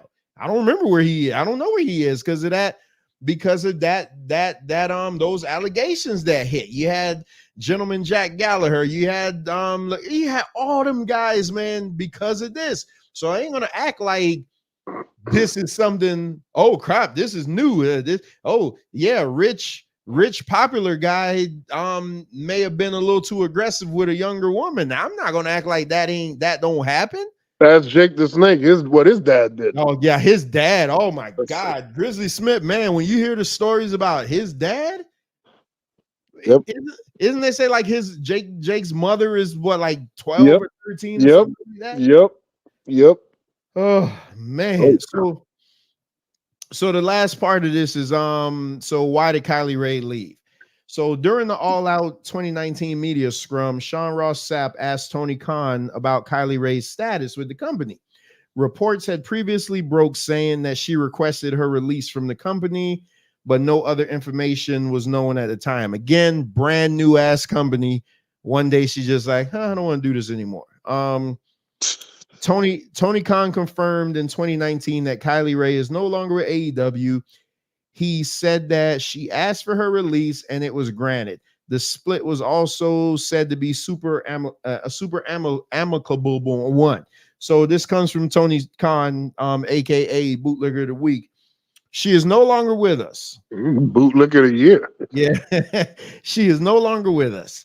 We had so many announcements going into that battle royal. She asked for her release and we granted it. She called me and asked if she could be released from her contract. It's pretty simple. I said, it's pretty simple. I said, yeah. I asked her if everything was okay. She said, yeah. She just didn't want to be with the company anymore. We talked about it. It was very simple. So yeah, that's from Tony Khan. The same Tony Khan that handled the scrum, whatever, man. Tony Khan has a hell of a way of handling these kind of issues. Right, and keep in mind the initial reports that she was dealing with like mental issues and this, that, and third. Not a month later, she was in Impact. Yeah, but that's what I'm saying, man. They put the mental, because I remember this, because this was when I was like, I'm not watching AEW, nothing. But I'm like, every time I heard a negative story about them, I'm like, see, it happens everywhere. So I was following this and I'm like, well, damn, why would this girl, they literally promoted her higher than Britt Baker. Like literally, she was going to be the face of their company for the women. And it's just like, she's just like, oh yeah, one day I don't want to do this anymore. And then you go to another company. Come on, man. Hey, listen. Hey, well, I ain't saying nothing, but they always say, well, where there's smoke, there's fire. And I'm not putting my hand in the fire for anybody. And so the bigger problem that I have is with all this going on, why you got Jericho on TV? Yep. Bringing down the whole focus on the matches that he's involved in. Nobody ain't thinking about that. They just thinking about the current issues that he got going. And it's not good. Right. To me, the bigger issue is this. Yes, we have to take the allegations serious in the standpoint of Jericho and Kylie Ray. The bigger issue to me, if the allegations comes out to be true, if Tony Khan knew anything about what had happened, oh boy, AEW as a company, wow, might be on its way up out of here. I'm just keeping it real. If it comes out and the evidence is shown that it happened under the watch of Tony Khan and he knew about it, hey, good luck with that. And we know with that. We know these bookers, how they be protecting the talent because it might make the company look bad. Vince McMahon, Jimmy Superfly Snooker murdering that woman. This ain't 1979 though. This is 2024. I'm just saying, Vince McMahon operating like a mob boss. Station with a big briefcase of money. It's crazy. This guy covering up murders, man. This guy supposed to be doing sports entertainment. How you think that's gonna look for a company like Warner Discovery? Oh yeah, if that comes out, yeah, they're not gonna want to deal with that at all. That's probably why this deal. Well, I don't know. That's probably why the deal hasn't happened, because this has been talked about for a very long time. So if there's any hesitation, it's going to be a sensationalized story attached to AEW that will make them pause. And then Tony Khan just being Tony Khan, because he can't get out of his own way. Right. He makes a stupid comment. Oh, we have the safest locker room in the industry. Oh, and remember the trolling he was doing when Vince McMahon had to step down because of all the controversy? Yeah, but all this time, you have something that was in your company the whole time, too. He had to know, because listen to the last quote. He was like, I asked her, was everything okay? She said, yeah. and we spoke about it, and so yeah, like that's what he said. Like, what? Come on, man. And you know how social media is. Now that this is out, the allegations are out. You got people now, they ain't gonna rest before they overturn every stone. Yep. To try to figure out what's going on. There may be nothing to see here. I'm just saying, and we saw it at World's End. You saw the NDA signs in the arena. You saw the fans turning on Jericho. I'm just saying, and I think Jericho has a tag title match coming up within the week. So I'm just saying. So we're booking him for not only matches but championship matches. Exactly. All I'm saying is just take him off of TV for a little bit until you get some type of clarity as to what's going on. If somebody can make a statement. But what I will say, well, I mean, you guys are mentioning the NDAs, because if this isn't true and she doesn't come out and clear him, then that's a huge problem. Oh, that is problematic. Because but she wouldn't be liking a social media post that's reaffirming that information. Exactly. Like, because if you so I went and looked at her Twitter, account, and she's literally just nothing to do with AEW or what's going on like that. I mean, she'll reshare some things about wrestling. Like Ali said, Mustafa Ali said he was open for bookings, and she retweeted that. But just for the most part, it's just like whatever. But this specific thing comes up, and she hearts it. Like, hey, that silence is deadly, man. That's just like when you just don't say nothing, man. But I mean, we'll stay tuned to this. We'll keep you abreast of everything that's coming up. But guess what, fellas? We are done. Yep. There it is. Hey, real quick, Trevor, did you end up watching the Wrestle Kingdom show? No, because Bones told me the first night was 5.5 hours. I can't do it. The first night. Yeah. Yeah, I only watched the Danielson. I thought I was gonna watch the rest. I was like, nah, I'm good. Was that good? It was a great match. It was it was worth going to look at though, because it was a great match in terms of what it was. Would I put it in the list of match of the year? No. Oh, okay. Because I'm pretty sure it's gonna come up. Like at the end of the year, somebody gonna be like, "Oh, you remember that Danielson match from New Japan?" I'm gonna be like, "No." So like, if it's something that I had to watch, then I need to just get my list together of what I gotta watch. But nah, because Bones was telling me, he was like, man, he said this show 5.5 hours the first night, and he's 3.5 hours in. So I'm like, man, you got it. You could come do a review when you're ready, but you got it. I can't do it. Hey, MD. I only watched that match, and I saw I saw a little bit of the I think it was the IC title match when Dolph Ziggler and Nick Nemeth and Ryan Nemeth, when they came out. That was it. Hey, MD. Sorry to interrupt, but I'm just seeing something here. There's a 5th Republican debate coming up. I'm watching it. I think it just started. So I'll be watching that as soon as I get off here. I didn't even know that was happening. It's on CNN, I believe. No, is it Fox News? It's either Fox News or CNN. It's one of them. But it's only DeSantis and Haley. That's it. Right, because the Christie is out of it. Well, he didn't qualify anyway. But TLP next week. And you see Bones saying Wrestle Kingdom was too damn long. Yeah, I can't put 10 hours of wrestling. I'm sorry. I can't do it.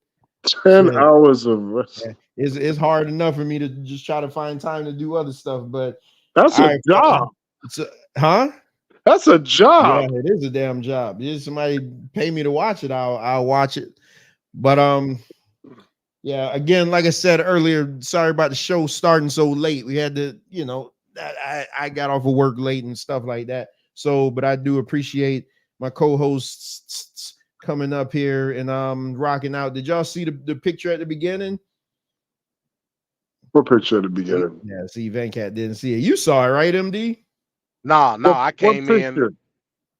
Oh yeah. I saw that. Yeah. Yeah, we saw. Yeah. Oh, okay. So, MD, speaking of this, the It's shirt, the thumbnail. That's the thumbnail. The shirt that you're talking about. What do you want on? So in the intro, Venkat has like not the Tate Fist Politics original logo. He has a logo that says TFP. It's like neon bluish. Yeah.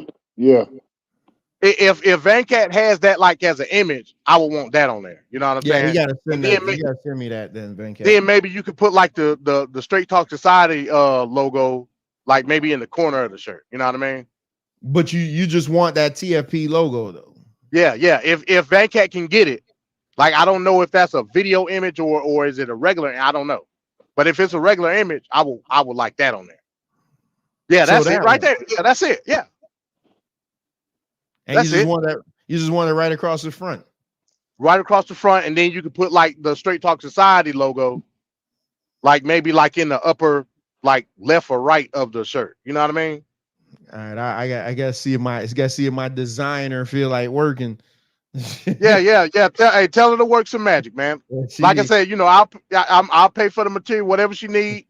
I got it, and the shipping and whatnot. She gonna start. She said she gonna start charging me full price. So yeah, that's that. Yeah, just send me that, Venkat, so I can send it to her. See what she says. But all right, fellas, I'm gonna go ahead and get out of here. We hitting that 2 hours 45-minute mark. But great show, man. Great way to keep the Jericho stuff light, Venkat, because you was making me nervous. I don't know why. I was like, oh God, what are you going? He gonna say something. You was making me nervous, man. So, but anyway, man, fellas, great show this Saturday at noon. We will have the Dolphins deep dive. We're gonna go over the playoffs, and then I will be on that night at 11:30. You're gonna get my genuine reaction after the Dolphins Kansas City wildcard game. So either I'm gonna be happy or I'm gonna be pissed. But either way, I'm gonna be in the building for that. Hey, answer this question here. So I saw some shirts that said Dolphins playoffs 2023. What are they talking about? Dolphins. It's the 2023 season, Venkat. That's horrible. The playoffs are taking place. It's taking place in 2024. The NBA don't say 2022 playoffs when it's 2023. No, it doesn't. Wait a minute. No, it's because 2023. The season starts. Their season starts in summer. Like no, the NFL starts in September. Exactly. And goes on for 4 months. Right. But when the playoffs actually occur, it's 2024. But you're still considered the 2023 champs. No, you'll be the 2024 champs. No, so you're gonna for the year because that's when they play their games. So the 2023 Super Bowl champions it'll say Miami Dolphins. No, that's they don't have logic in NFL, I guess, because woo! Wow, Venkat, wow. That's ridiculous. I need to sit you down, man, so you can watch a game. Nah, man. He hate the NFL, man. I'm just saying a lot of things are just not logically there. Like that's because weird. When they start though, but the NBA does the same thing. The NBA starts in October. It's like 2020. This season is 2023-2024, but the champion of this season will be the 2024 champions because it happened in 2024. You tomato, Venkat. Yeah. Huh? Tomato. It don't matter. You know the Dolphins made the playoffs last year too, so that shirt could very well just be from last year. No, that's you course correcting off some technicality. That don't fly. I'm just saying. It's 2023. It's the current season. Not on my watch. Man, all right, man. Hey, Trevor, that game, I put the image in there. 0 degrees. You ready for that? I ain't got to be ready for nothing. They got to be ready. Well, I want you to be mentally prepared. Visualize yourself in 0 degree weather when the Dolphins come on Saturday. The coldest I ever been in was in Pennsylvania, and it was like 17 degrees. And oh man, you ain't seen nothing. I was like, man, you gotta get me the hell out of here. This don't make no sense. It ain't supposed to be this damn cold. And it was windy. So even when I was in Baltimore and it was snowing, it wasn't as cold as it was in Pennsylvania with that wind chill. Like it was crazy. I need you to get on the phone and tell Patrick Mahomes. I need you to tell Tua and all the guys that come Saturday, because that's what they're gonna be in. I gotta go. I got a boogie, but just want to say peace to Bones, peace to everybody in chat. I'll see you guys later, Trevor, MD. But I'm out too, man. I gotta get me something to eat, man. Yeah, I gotta go eat. I gotta go eat my stew peas, man. I gotta. All right, everybody.